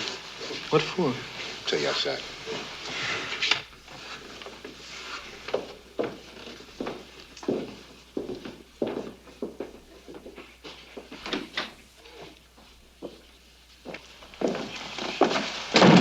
Police, I'm Investigator Stiles. I'm gonna have to ask you to come downtown with me. Well, school's only in session 2 days and the first bust is going You have down. the right to remain silent. What's the big deal about not picking up a paycheck? I knew I could get it any time. I just wanted to squeeze in a trip before school started. So you just up and leave without telling anybody? How do you think, Mom? Too late. Yeah. Is that the way you do Man. things, man? I know. My mother worries.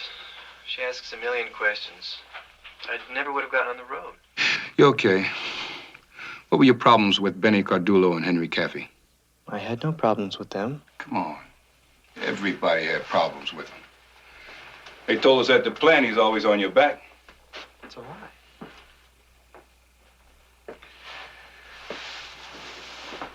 Look, son, I don't usually advise a person one way or the other, you understand? It's not my job. Are you sure you don't want an attorney? What for? I mean, that just wasn't my car that night. What else could a lawyer tell me to say? From what I've seen in books and movies, you seem pretty professional to me. I don't think any of my rights have been abridged. Yeah, all right, well, how did things go for you over at Value? I mean, like the job. It was okay. Like soda, it's okay. I often find my life suits me quite admirably. That's a quote from Le Vent Froid. That's French for the cold wind, by Marcel Baudelaire. Do you ever read it? No.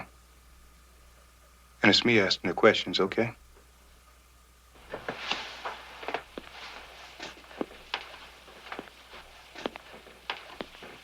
Now, those 2 men were shot with a British Enfield.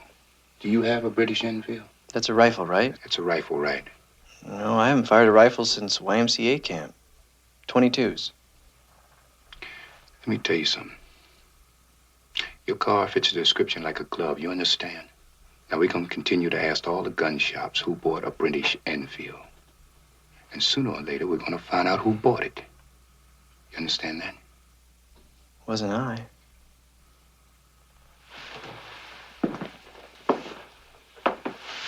Well, buddy boy, you think about it tonight in jail, okay? Because my opinion is your story ain't worth a damn. Well, that guy's really something else. I don't think he ever blinks. They're hauling the car down from Ventura. That should push things along. It's costing us enough. Those calls you had me make? Yeah? I found Arthur Morris's sister. She thinks, just thinks, Morris might have gone to Honolulu after a job. Well, Mort Barker's story isn't improving with age, is it? No. Of course, if it becomes necessary to fly to Hawaii to find this guy, I guess I'll just have to handle it. You would, wouldn't you? You'd go alone, wouldn't you? Well, your life right here often suits you admirably, don't you find?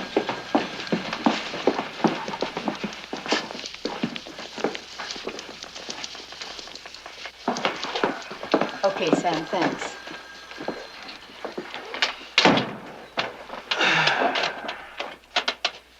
Well, you want to wing another story for us? We get paid to listen. What do you mean? I told you the whole truth. Didn't you find Arthur Morris? What's the problem? Yeah, well, I tell you what we did do. We burned up a lot of shoe leather and a lot of the city's gasoline. And we're getting tired of it. Did you check the places where he works? Mm-hmm. We did all that. He's not around. In fact, he hasn't been around for a long time, and I think you knew that. No. No. We can play the piano sometimes, you know, in bars, lounges. You told us that. Now, which of the 2,000 bars in the city would you suggest we start with? Look, how much does my wife know? Who's been talking to my wife? Does she know about me playing cards? I think you better stick to the point. You better start coming up with a story we can believe. Look, I didn't kill those two guys. I didn't kill those two guys. Okay.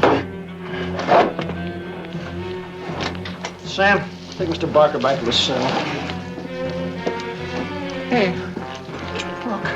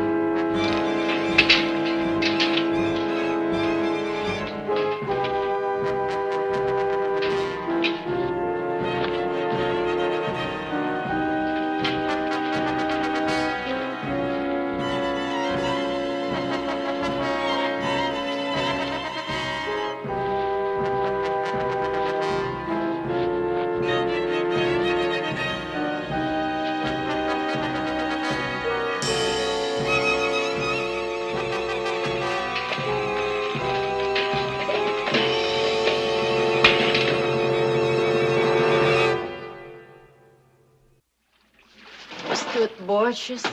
No, Benny never mentioned that name to me. When my husband had a problem with somebody, usually everybody knew about it. Look, I read in the papers where that Mort Barker tried to kill himself in jail. Is he still in a coma? No. No, he's not. He's a little better. That's good. Because I met him once at a company picnic, and he was a very nice man. And you think he killed my husband, don't you, Sergeant? Well, he's told a lot of lies, Mrs. Cardullo. He lied to his wife, he lied to us. So far, his story is rather weak. Now, there's this other one. This child, 19. It's only 3 years older than my son. It just gets worse and worse, doesn't it? Worse than worse.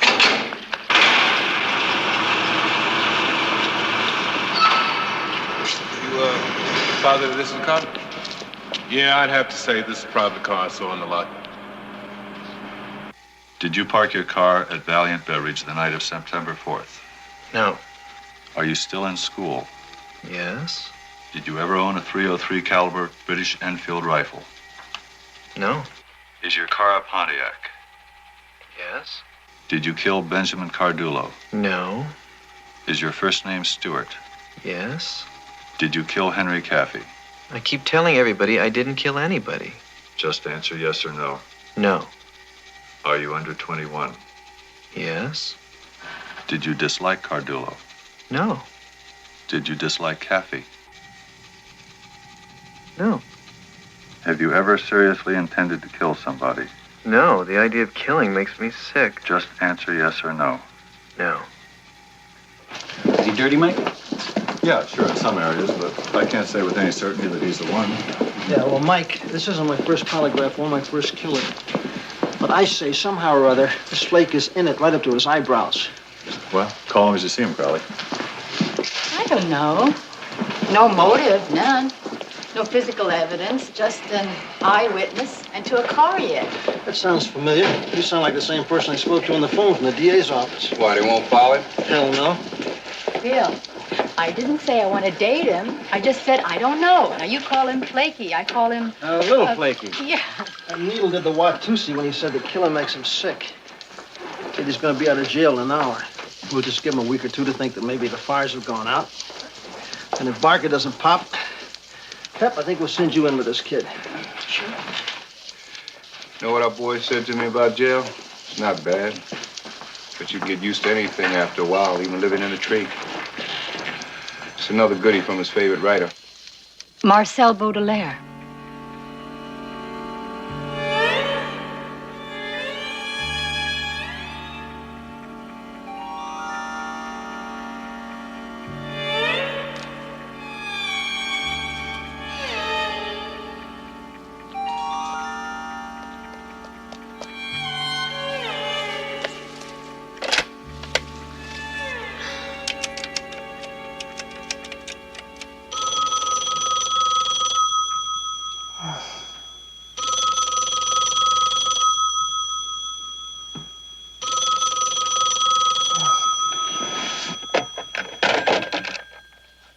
Yeah. Hi, it's me. You asleep? Uh I just finished reading Le Vent Froid. huh. In French? No, a translation. Bill, the whole thing's about a murder. The main character keeps talking about a wind. A wind that blows toward everyone sooner or later. A cold wind, he calls it. Le Vent Froid. You know what the cold wind probably stands for. Not really, Pep. I figure it has to be death. I don't know what it all means, but it's, if anything, something to think about. We've had less to go on. Yeah, we've had more, too. Like a little physical evidence. Like maybe a weapon, something to hand the DA.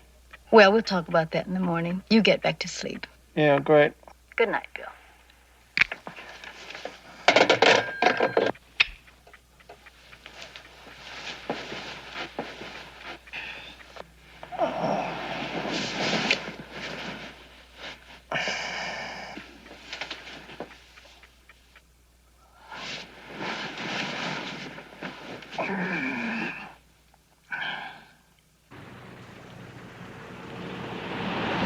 Going up into the hills?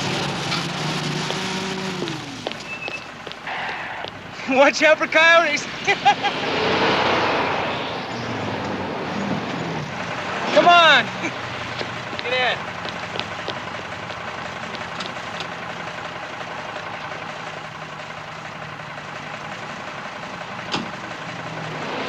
Where you going? Las Brisas.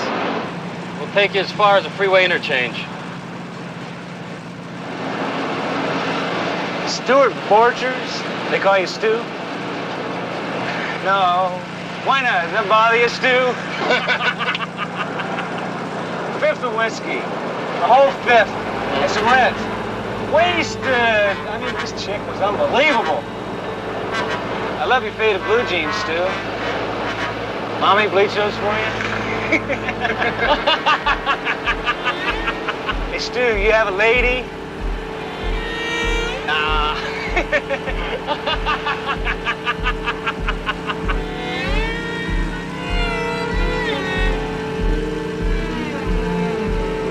Say, do you guys know where Saddle Canyon is?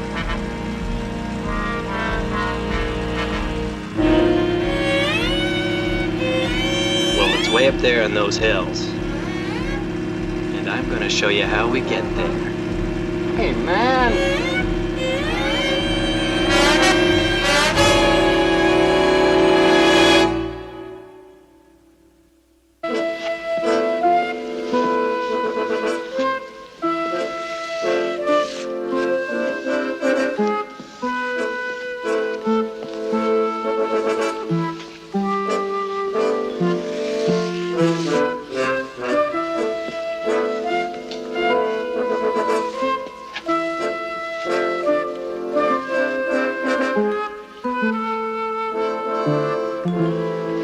Hey, you're pretty good. I've done a lot better. You knew? It's my first class.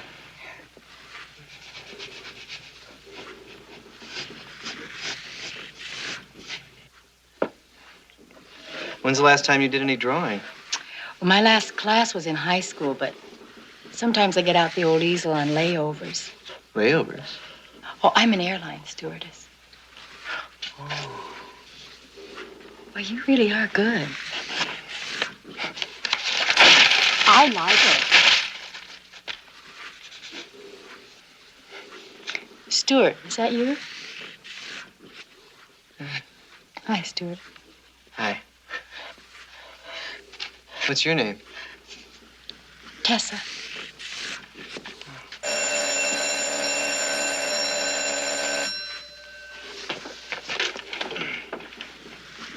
Tessa? I was wondering, maybe if you had a few minutes, we could have a cup of coffee together.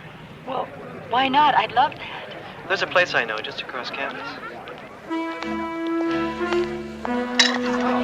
No job, but I design album covers on the side. You do? Is there much money in it?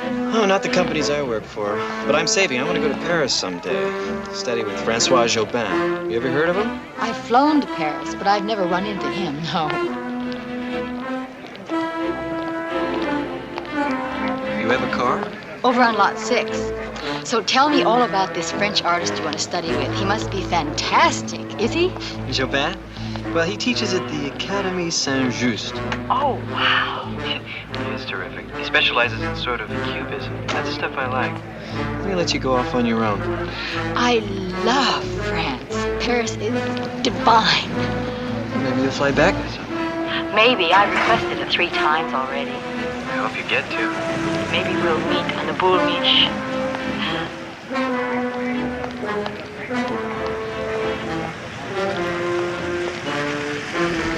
This place is such a dump.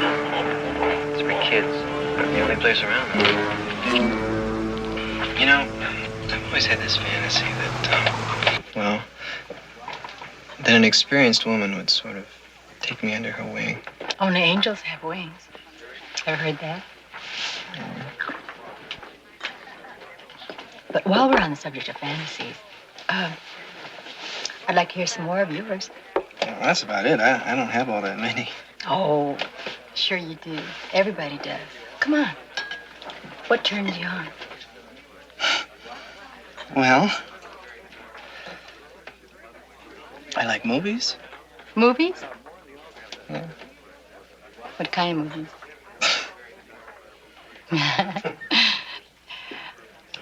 I'm talking about real life. The real thing.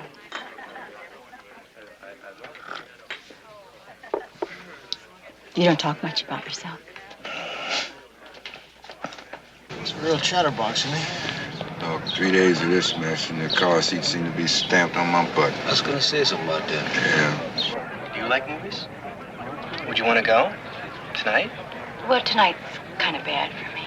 Anyway, well, I don't get that much out of movies these days anyway. Too much death and violence, don't you think? Who am I kidding? Of course I like movies, like everybody else. But, well, I had this boyfriend. Bill was his name. And he's so jealous. Still, he follows me around, hassles me. He even hit me. I just want to kill him. Kill him when he does that. Want another cup of coffee? It's pretty awful, isn't it? Yeah. No. I read a book once. Can't remember the name.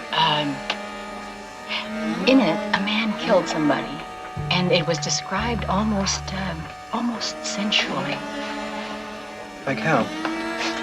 Oh, the way, the feel of his gun, and just the way everything inside him exploded every time he pulled the trigger, again and again. It was really powerful stuff. I wish I could remember it. My mind's a blank. It was set in the south of France or Corsica. Le Bon Froid, The Cold Wind. Marcel Baudelaire? That's it. Right, that's a classic, and I blank out. I read that. It's good. You read it too?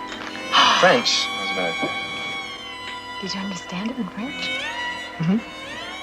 Wow. Isn't that a coincidence? That thing with your boyfriend.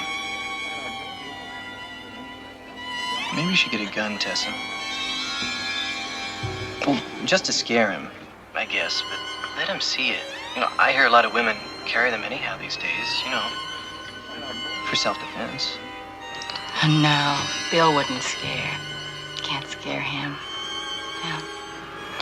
I couldn't buy a gun anyway. I've been busted for possession. Oh. Who hasn't? Well, it was just a thought.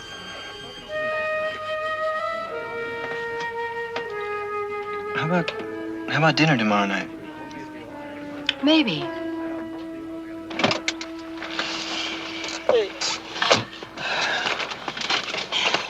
Interesting. Uh-huh. But I can't tell where it's going, can you? Sure lives inside a bubble. He's hard to get at. I'm trying to push him along and break through, but... Well, I'm open to suggestions. Good. Because, it's not all that difficult to like him. I have to keep reminding myself of those two bodies, and, that's not good. Not good at all. You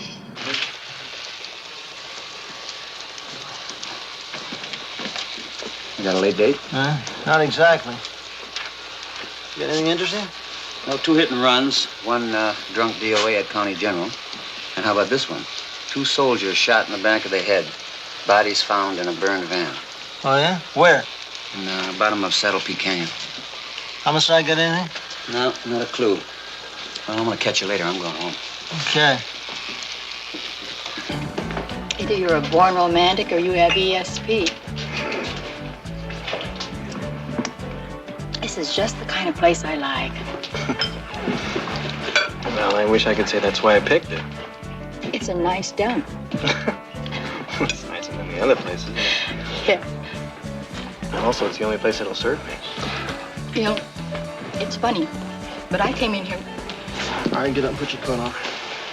Let's go. Get out of here, Bill. Leave me alone. I've been watching you from the bar. We just start right in the kindergartens. Let's go. Don't start. You disgust me. Is that right?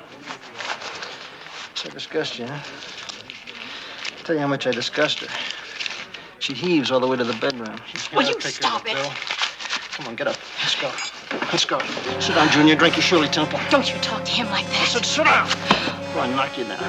Oh, Stuart, I'm sorry. I better go. I'll see you at school. I'm sorry. What do you think? I don't think we even phased her.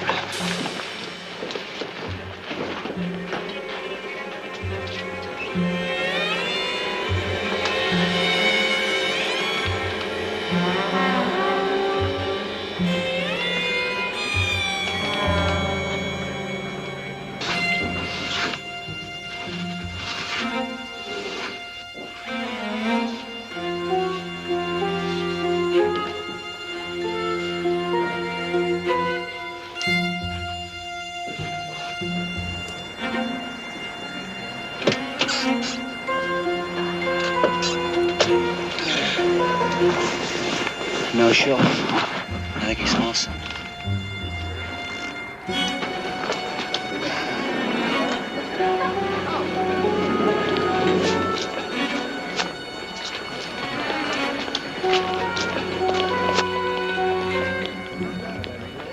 Tessa? Oh, hi. Hey, I'm sorry about last night.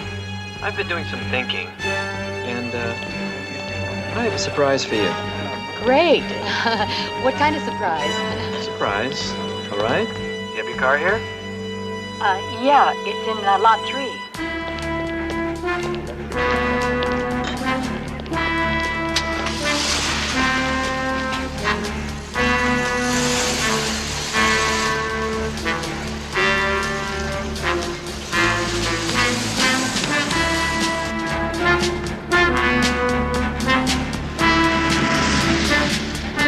Okay, you make a right here.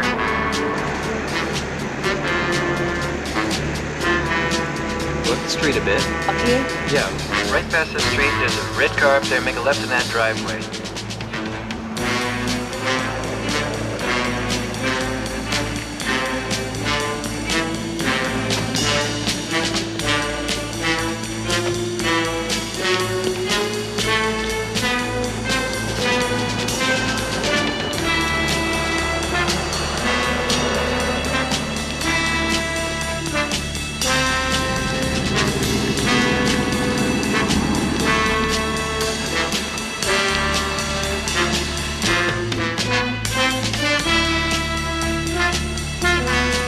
Azaleas, chrysanthemums.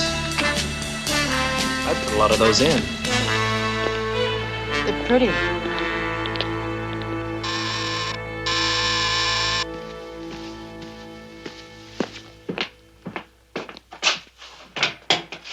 Stewart! Hello, come in. How are you? Hi, Mr. Haley.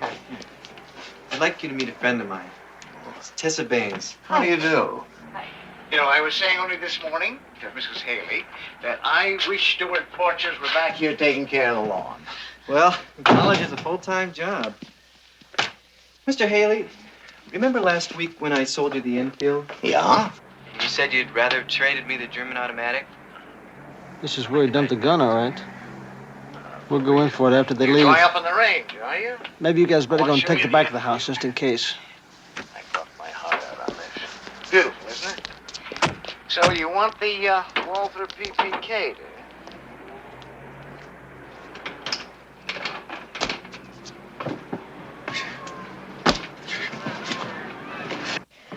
All right. Got it right here. Now, Tessa?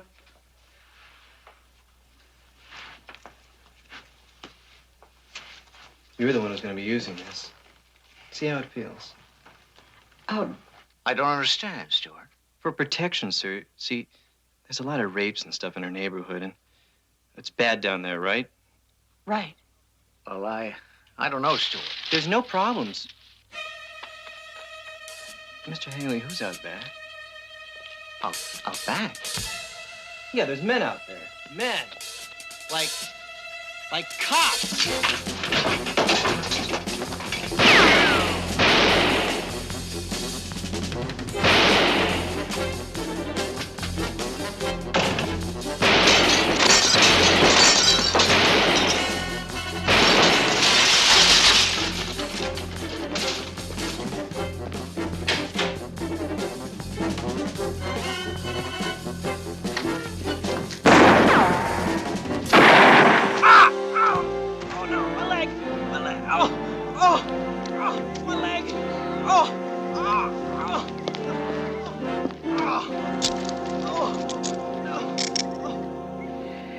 Said he got it from a private party at the Pacific Gun Show.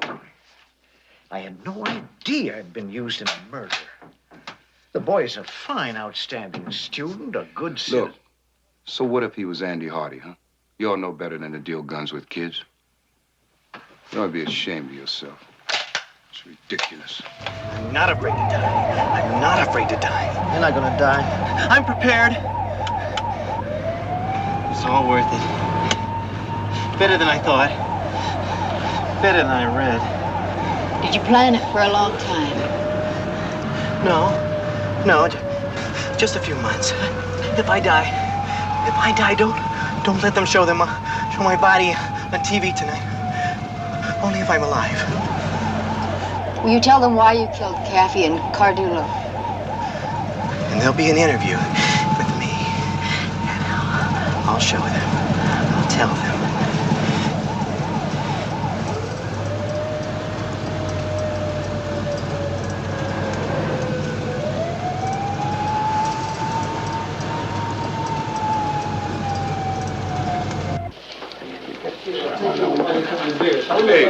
Hey, Bill. Just to make it official, the lab just called and said the Enfield checks as the murder weapon. That was quick. Well, when they know it's for Joe Stiles, they give it that little extra effort. Sure they do. Most people do. Hold it. Miss Barker's in there waiting for you, too. Oh, okay. Hey, Miss Barker, I guess you must have heard the good news. Your husband's in the clear. I just want to say that we're sorry for, the way some of it turned out. I mean, about your husband, as far as he's concerned. You all look very sorry. This afternoon, Mort started hemorrhaging inside his head. Then he died. You just kept at him, didn't you? He told me in the hospital. You just kept at him and at him. We really thought your husband was... Mort was weak. A weak man. And he often made me very angry.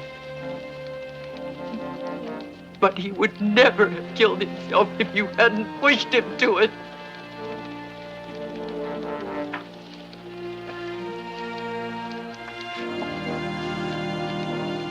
Why don't you just tell me that you were just doing your job? Well, I know that's what you're thinking.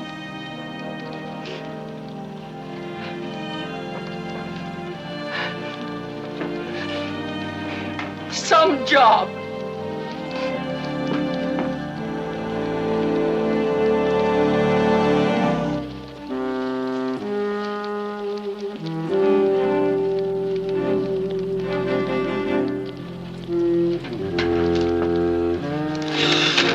Some paperwork to do.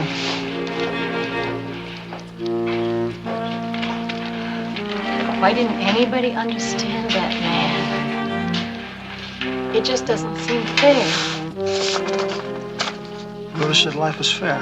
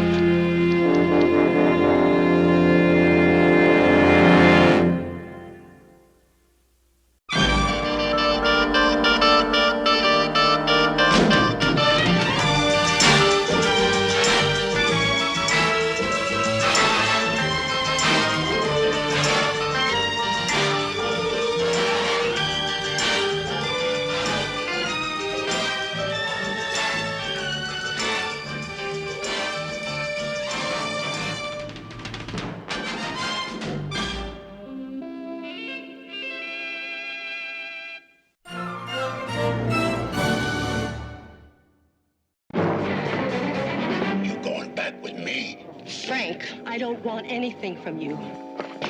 That little incident on the beach tonight is going to cost you another $10,000. Yes, he's a friend. A separate room type of friend.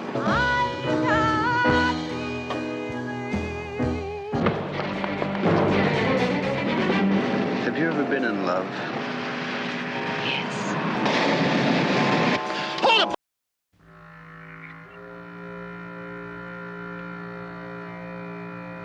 Debemos saber más esta semana. El dinero viene desde Suecia.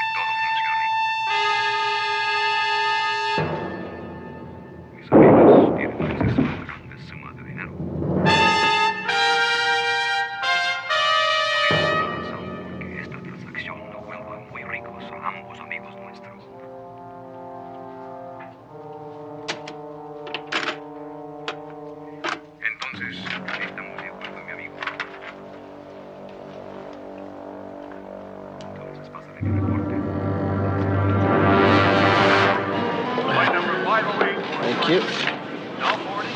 Aren't we going to order something? I'm starved. Unless you can order and eat in 5 minutes. And in this place, it takes the waitress 5 minutes to find the menu. Well, I'm hungry enough to try. Hi, fellas.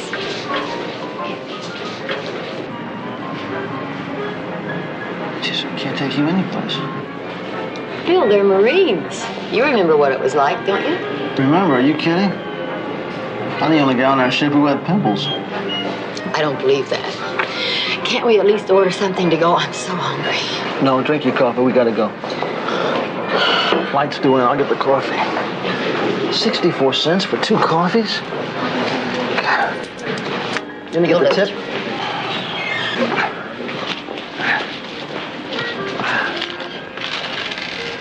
Semper Fidelis, fellas.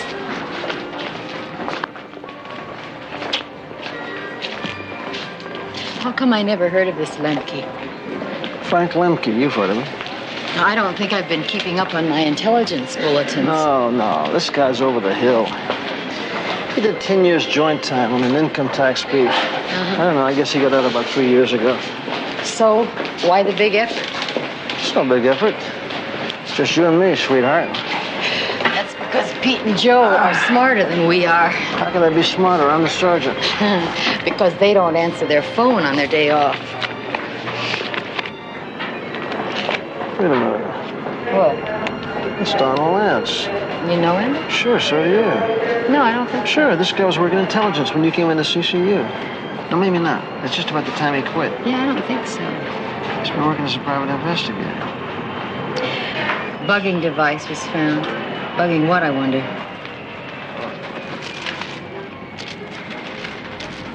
There he is. That's our boy Lemke. Flight 419 from Trenton, New Jersey.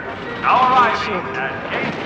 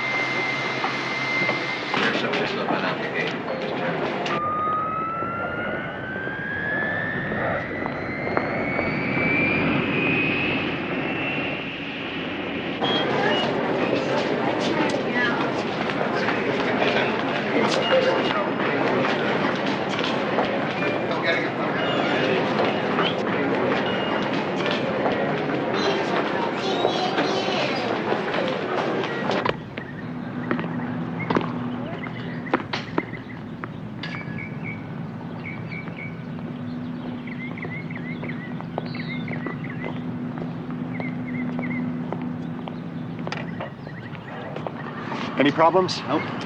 I'd say everything's just fine. All right, take it to my room. Hey, come on, Sally. Let's play, huh?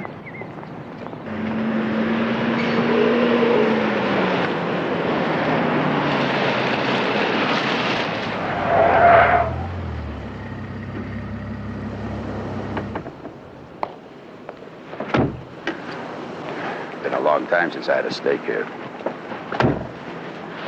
15 years, to be exact. You know, I didn't know the place would still be here. Well, with all the freeways they're building and all. You had me drive 40 miles so you could eat here, at this place. You know, that's what's wrong with you younger people, Vinny. Too interested in exterior things, clothes, cars.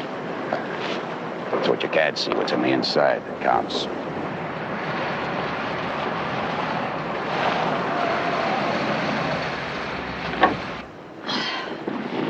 Well, I don't blame him for stopping here. It's a great seafood restaurant.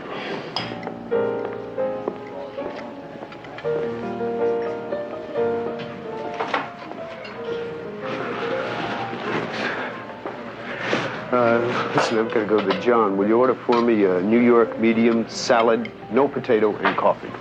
No coffee, bad for the nerves. Trying to milk. But you sound like a TV commercial. Okay, make it milk. We should be there in about an hour. He make any contacts yet? No, not yet. But he will. Well, keep in touch. Things could get a little tight. You're telling me.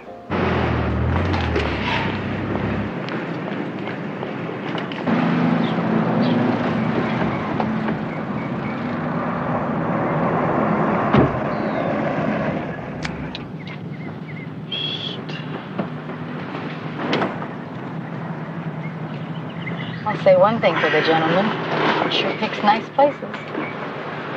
Yeah, but what does he pick them for? That's the key question. Well, as long as there's good food. So this is why you... She hasn't changed a bit, has she? It's been a long time, Frank. Leave her alone. You can only cause her problems. Vinny, mind your own business. Stick to tennis.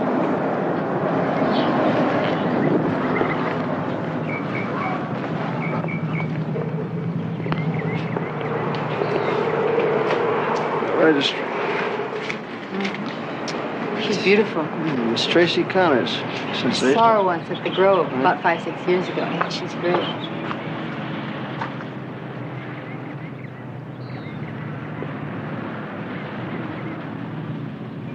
I have a couple of questions. Shoot. One, who is Lemke's handsome friend? Handsome? 2, what are they doing here? And 3, what do we do now? To your first 2 questions, I don't know. Maybe we'll find out. To number 3, now you know why we brought our luggage. We're checking in. Separate rooms this time, please. Honey, I'm just trying to keep down expenses. Besides, what if my shoulder goes out? Who's going to massage my muscle? It's time you learn to massage your own muscle. Mr. Guidera's table, please. There he is.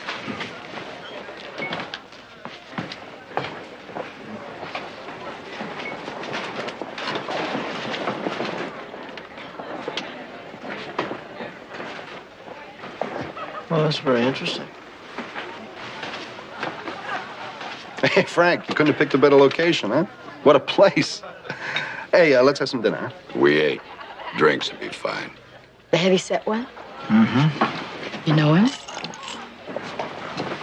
Yes, ma'am. That's Ralph Guidera. He was indicted in a big real estate fraud last year. This guy's been on the edge of organized crime for years. Looks like he's shooting for the big time. Hey, Vinny, I understand you're playing in the tournament. Maybe you can give me some pointers. You know, the pro here charges $25 an hour. Imagine that. Poor baby, you need a loan? No, I got other things to do with my money. Yeah, I bet you have. I found out who Lemke's friend is. Who is he? It's a guy named Vincent Bass, a tennis pro. I think he's down here to play in a tournament at the hotel. And just how'd you find that out? Some very clever police work. Anything else? Yep. I called the office. The guy's got no local record. Oh, and I talked to the old man, and he said, find out what we can. He's sending Pete and Joe down tomorrow with some bucks. That's how I can afford the wine. Finally, a paid vacation on duty. Miss Tracy Connors.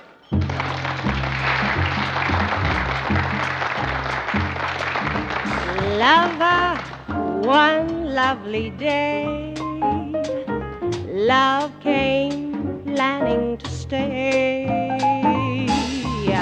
A green dolphin street supplied the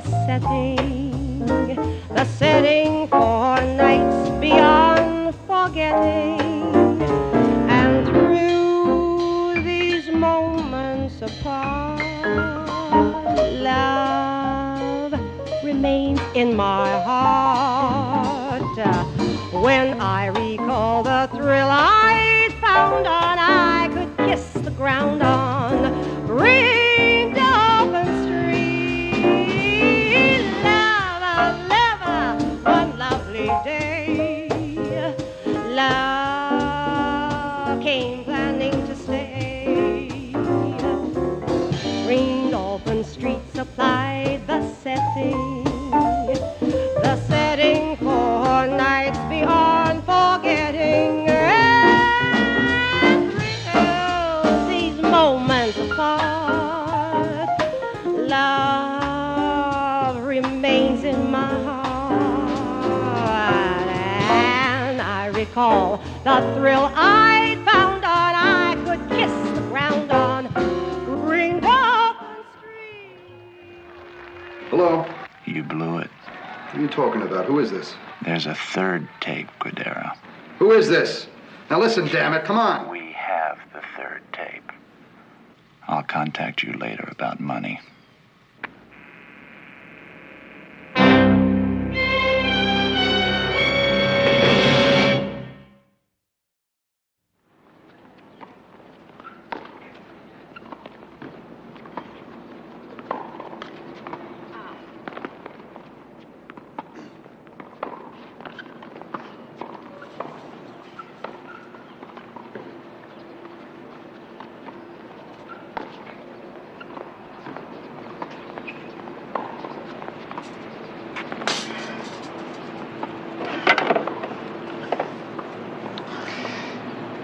You gotta work on that backhand a little.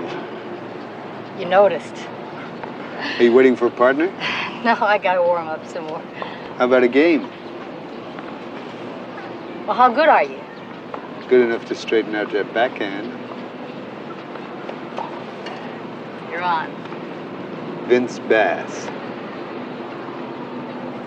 Pepper Anderson. Do you come here often? First line. It's really beautiful. You work here?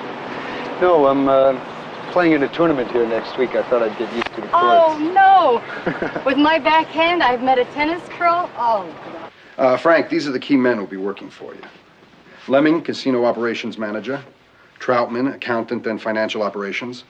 Salazar, security. And Posner, he'll be our communications expert to your old East Coast operation. Now, here's how it looks. We've got enough votes on the city council to ensure passage of the ordinance to legalize the casino.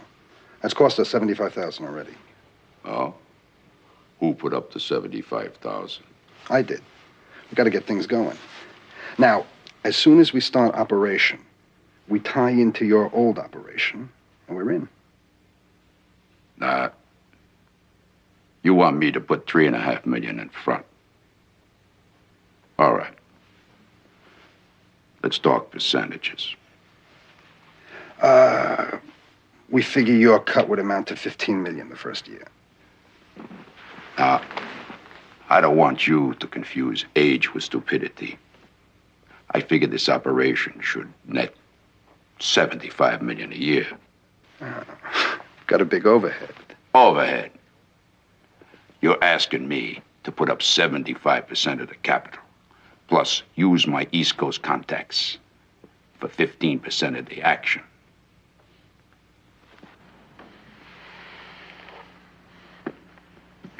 You better get to work on your figures. Yeah, well, maybe we did overestimate our contribution. I'll check it out with the rest of the guys. Yeah, you do that.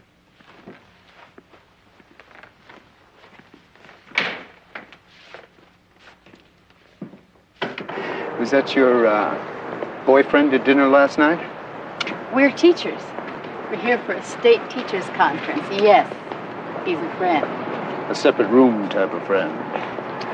What would the school board say? I don't know, but I bet he asked. I would have.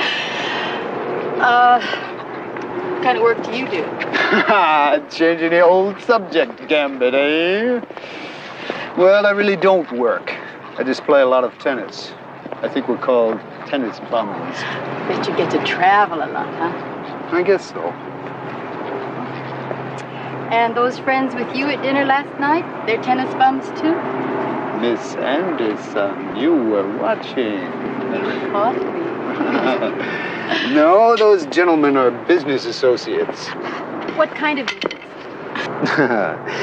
Speaking of dinner, how about tonight?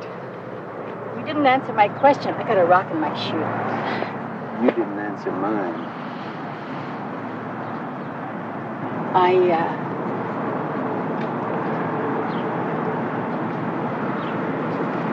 Okay. I'm late to a meeting. 8 all right? 8's great. Miss Anderson.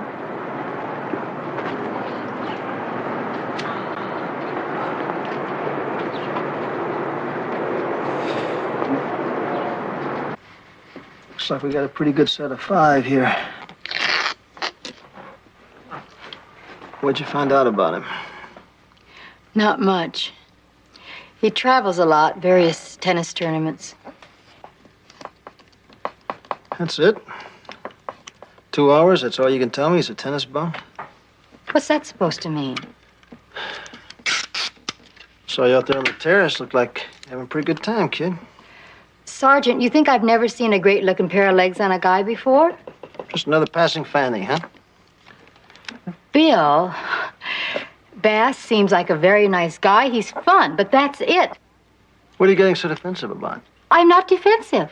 You're defensive, kid. You asked me, and I'm telling you. Do you mind if we talk business now? I tell Limke, the Guadera suite. They had some kind of a meeting. What about? Now, how do I know what about? When Pete and Joe get down here, maybe I can start tailing some of these guys. I might even get a look-see into Bass's room. I'll do it. It'll be easier for me. A lot more fun, too. You get those prints into town. The game's gotten a little rusty. Yeah, well, I haven't played for a while. I'm busy with this. Speaking of that, how's it going, Frank? Everything in order? Yeah, we're talking percentages now. I think it's going to be a good investment. Maybe too good. Hey, Vince, you know something I should? No. Just call it vibes, Frank. And you've been out of this game a few years. You got to be careful. We all have a tendency to get a little rusty if we haven't played for a while. Yeah.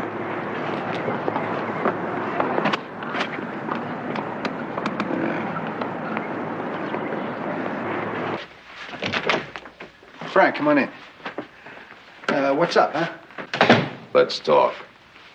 Now, can I get you something, huh? Yeah. Frank, we went over the figures. You were right about the percentages. That's not why I'm here. Explain everything to me, Ralph. Tell me about the whole operation. Yeah, but Frank, you know everything already. Explain it to me. Explain every detail.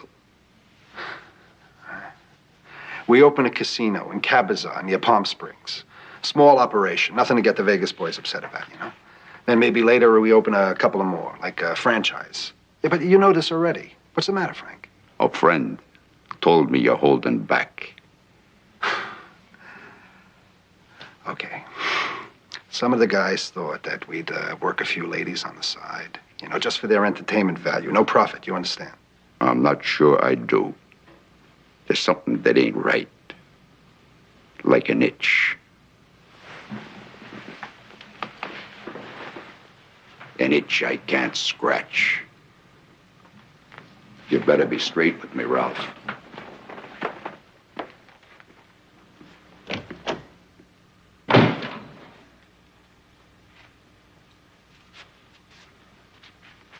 You heard.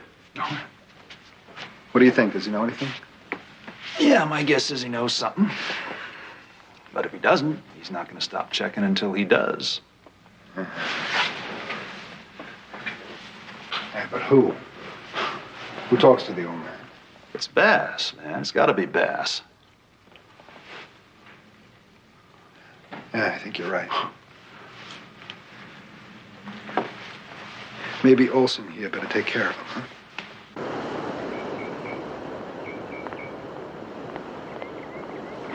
Oh, excuse me. Could I trouble you to unlock my door? I left my keys on the dresser.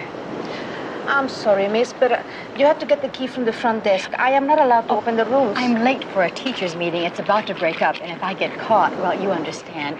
Please, I just had to get in a game of tennis.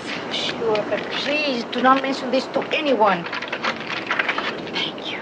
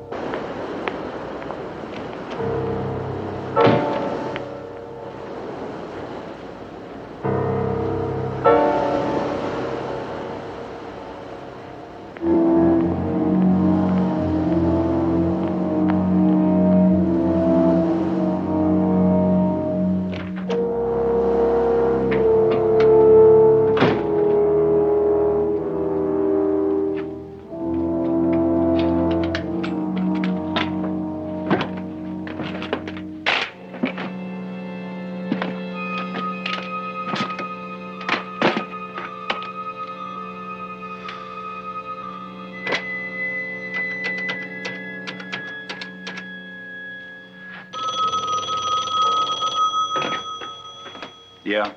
I'm glad I got you. What is it? I need you down here right away. There could be trouble. I'll leave right now.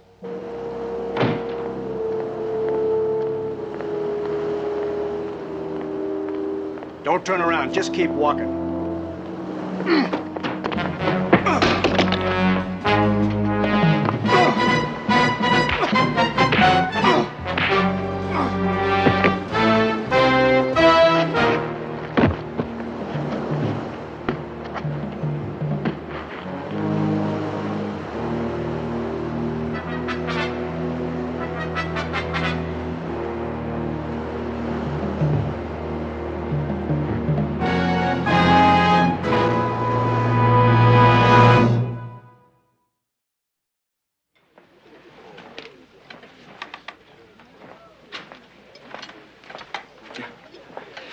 How's your elbow?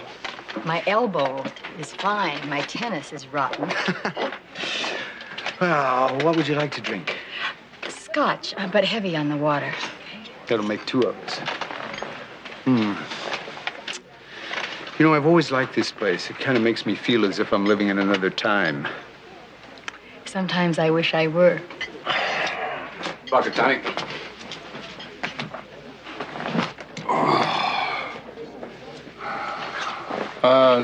Pass me those chips, please.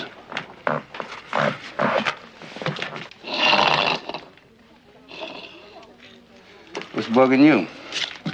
Not a thing. It's bugging me. And why you so uptight? Who's uptight? I'm not uptight. That's what I mean. Joe, will you stay off my case, please? Tracy, Hi. can I buy you a drink? Not a drink. I have a show to do. Well, will you sit for a minute? Come on. That'll be nice. This is Pepper Anderson. Hello. Tracy Connors. I love your singing. Oh, thank you. How do you manage to always be with the most attractive woman in the place? They just go for my serve. Frank, will you join us for a drink? I called your room 3 times. Come on, we go to my table. We gotta talk. Frank, there's nothing to be said. It's all been said. Look, we can talk at my table. Please, this is where I work. You're hurting me. Hey, Frank, come on, relax. Sit down, have a drink. Come on. Stay out of this, Vinny. Frank, you've wrecked my career before. You're not doing it again. Now get out of here.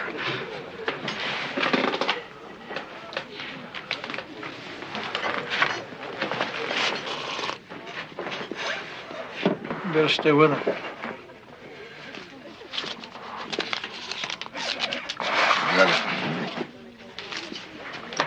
Thanks. Would you play piano for me? Sure, I will. Will you... Just a tennis bum. I'll be right back.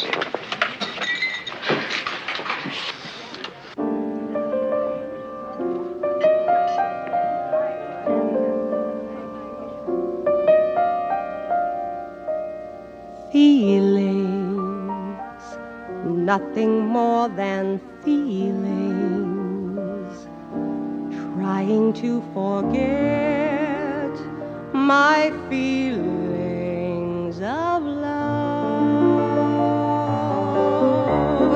Teardrops rolling down on my face, I'm trying to forget my feelings of love.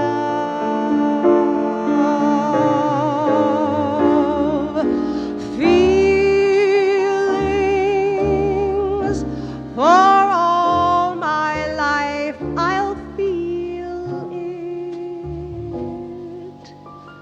I wish I never met you, boy. You'll never come again.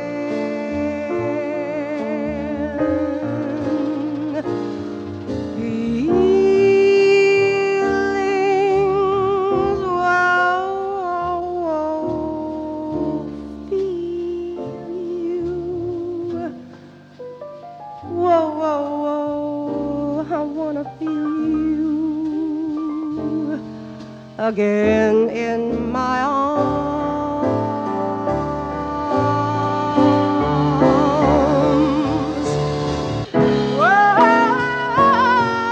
Whoa, feelings, whoa, to feel you again in my heart.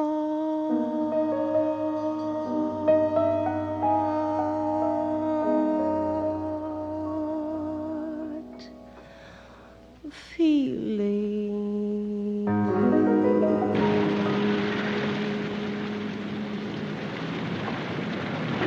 Vince? What's with Tracy and Frank? Tracy Connors.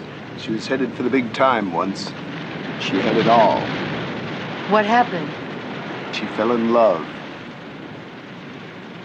She was subpoenaed to testify before a Senate committee investigation on organized crime. Testify about what?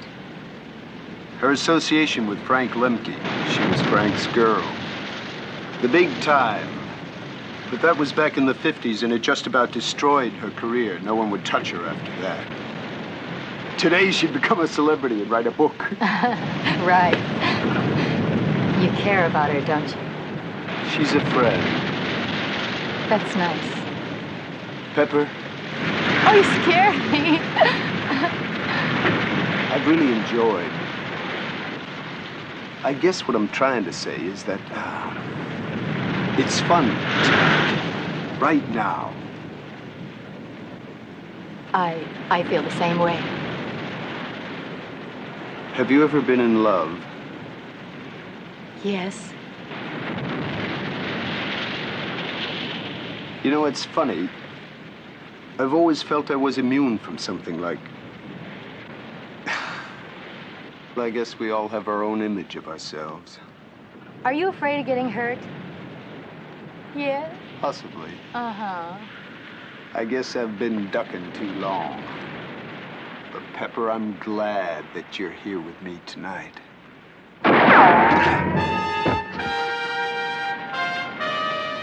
Don't move. Stay down.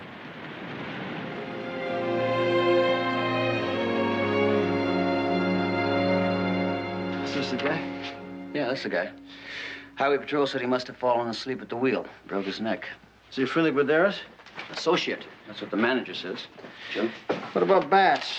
Well, we ID'd him through DMV, and his real name is Barcelona. Oh, really? Why don't you tell me something I don't know already? What does record show?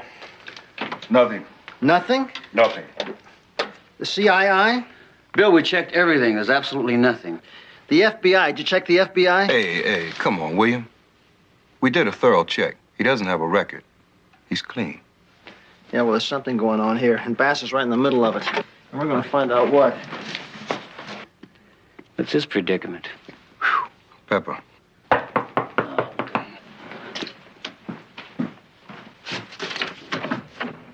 Hi, Pep. How'd it go? Someone took a shot at Bass. Where was he when it happened? We were walking along the beach, What were you doing on the beach, Pep? doing what I'd get paid for, be a cop. Okay, so what happened? Well, we were... Look, someone took a shot at him about 200 yards from the hotel. In case anybody's interested, he wasn't hit. Did you get a look at who fired the shot? No. Pete, you want to lay it on her? What we found out about Bass?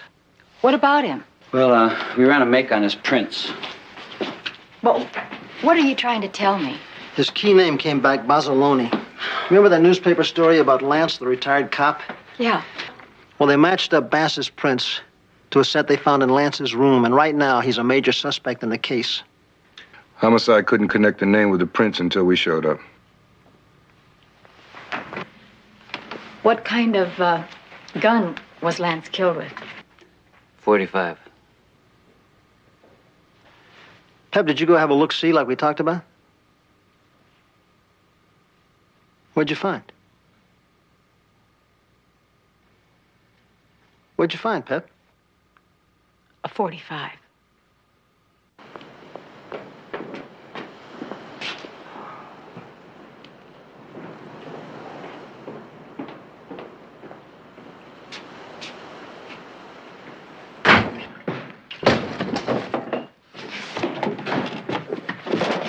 That little incident on the beach tonight is going to cost you another $10,000. Are you crazy breaking in here like that? Now get out of here before I have you busted. That'd be your second mistake. The police might want to listen to a little tape we have.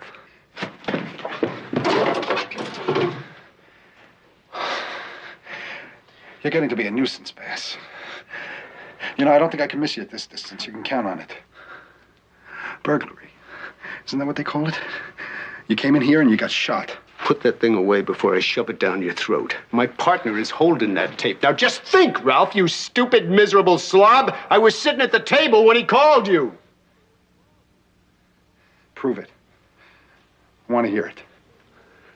I could play it for Frank. He might enjoy your big plan. You're crazy, damn it. Prove it or get out.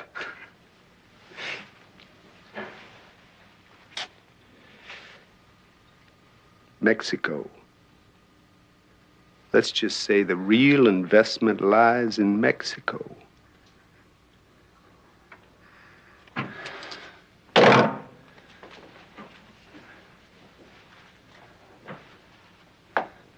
right. No more games. How much? I want that tape. $50,000. All right, you got it. You'll have it tomorrow.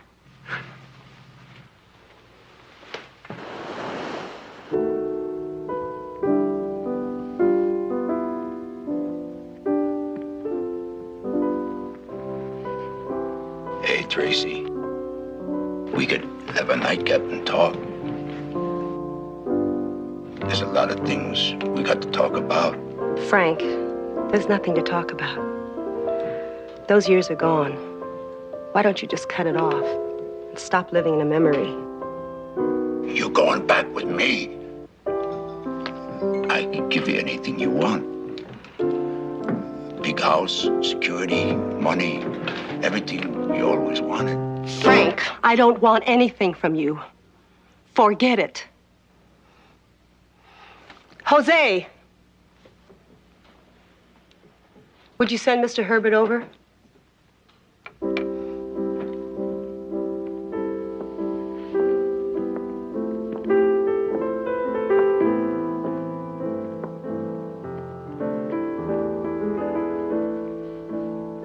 Care for a little company? Girl talk? I'd love it. You know, I met you once backstage at the Grove a few years ago. You're kidding. You probably don't remember, but you were wonderful. Thank you. I didn't know whether or not to interrupt. Oh, it was nothing.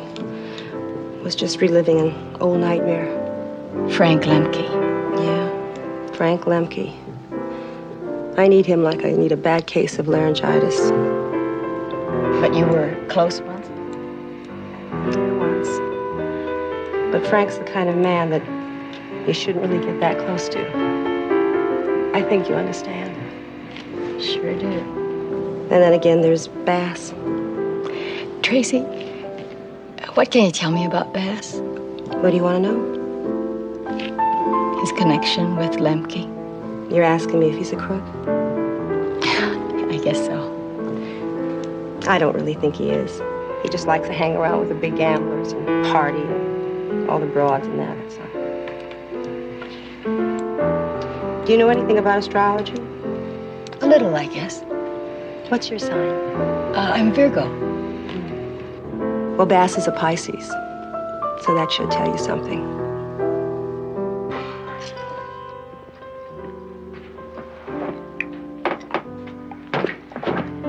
Man, I sure dig the way she plays that piano.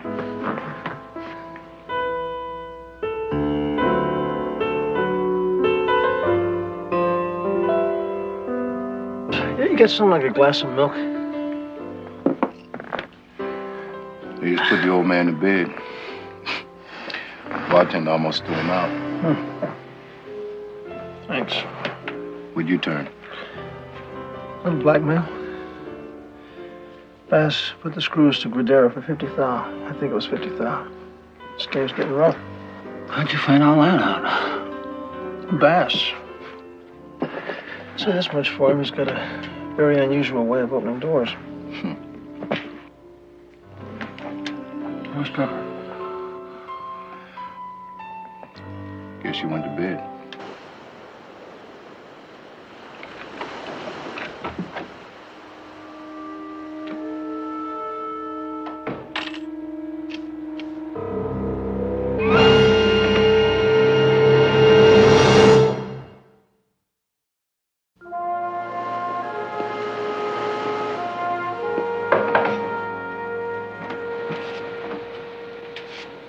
Bob Landon. I'm with Criminal Investigations. What the hell is going on down here? I swear this thing's got more angles than a pipe fitter. We have developed information that Gadara is putting together an organization for distributing Mexican heroin to the east. Mexican heroin? We've had a tail on him for about 3 weeks. Wait a minute. How does Lemke fit into all this? I mean, according to his file, he's not even involved in it. As a matter of fact, not only is he not involved in dope, but he's been on the outs because he wouldn't handle this stuff. He doesn't know. Are you serious? The boys back east want his bucks. See, when he was on top, Lemke salted away almost $20 million in Swiss bank accounts. Now, the syndicate wants that money back, and only Lemke can get it. But he won't deal in junk. That's why they had Gadara set up this phony casino operation. Just how tight are you guys into this thing? Pretty tight. We've got a snitch right in the middle. Snitch? You don't mean Bass? He's working on a forgery beef. How did you guys get into this? On a day off. A lousy day off. What happens to Bass if Gadara finds out? He's got big problems.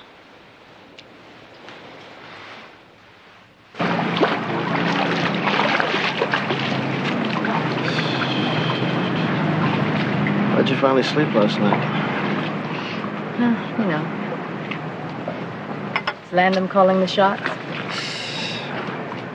That's his snitch, his case. As far as I'm concerned, we could pack up and head home.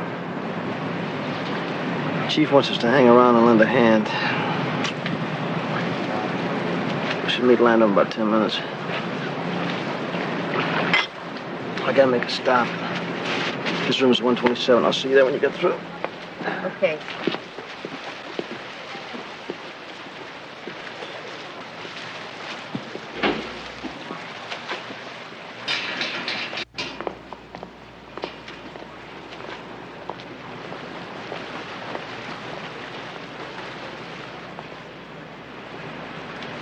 Excuse me, miss. Good morning. Good morning. I'm sorry about last night. You're not going to tell me, are you? What you're doing? What I'm doing has nothing to do with you. Look, why don't we have dinner tonight? We'll talk about it then, huh? I don't like chasing shadows. Let's see what the day brings, okay? Sure. I'll see you later, okay?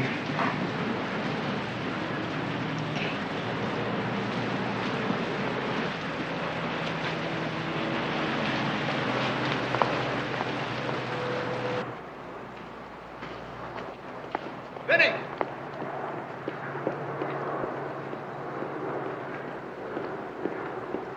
The money just showed up. Let's do it now, huh? Okay, I'll get it and meet you down on the beach. All right.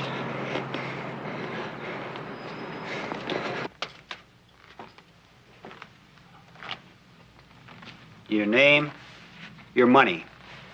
That's what they wanted, Frank. Who's involved? Calling the shots. Ralph Gadara. He's using you like you're some wet-nosed punk kid. You bring what I asked for.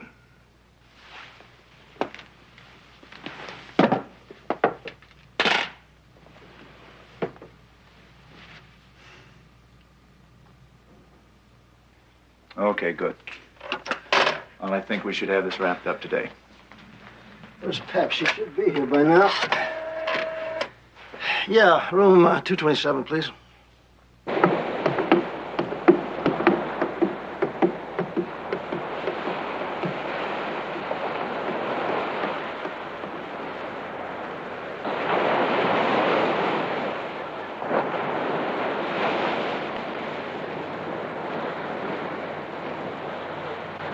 to bring it? Relax. You're a nervous wreck. I got it right here.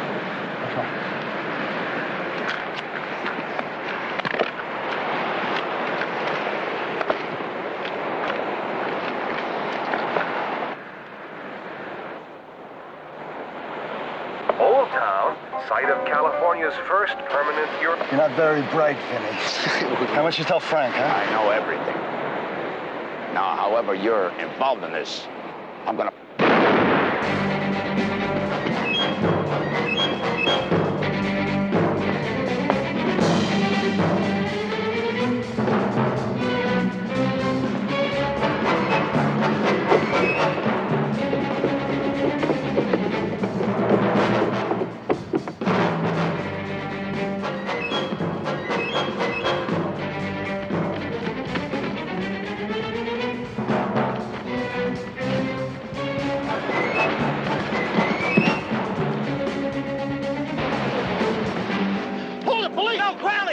He's mine.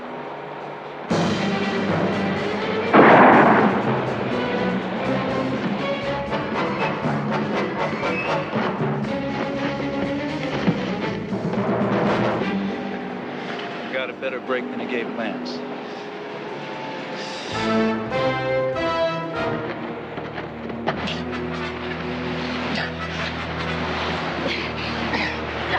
All right, let's go. Over, come on. Over.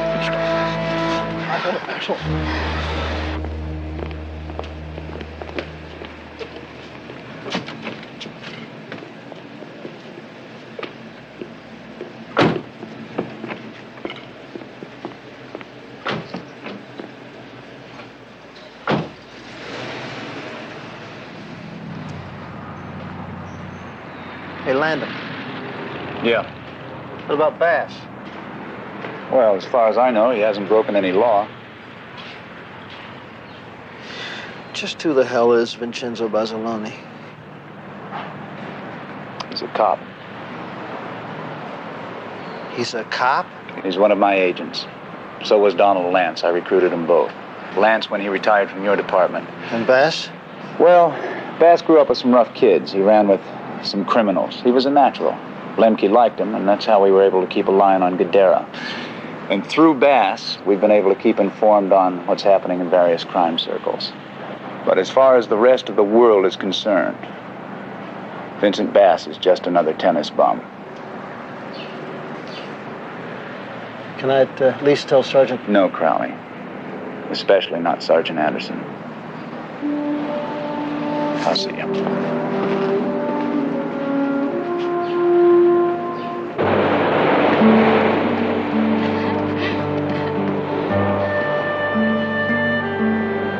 Where do you go from here? Vegas. Big tournament there next week. Vince, just what are you? I'm a tennis pro who just happens to have some friends who are crooks. You have a funny sense of humor. Pepper, I know you're a cop. I've known it ever since the time you were in my room. Doing my job doesn't make the rest of it a lie. I know. You don't have to explain to me. Pepper, we run in different circles, you and I. It just wouldn't work for either of us. You understand that, Pepper? Yeah, I understand. Well, I wish you could explain it to me.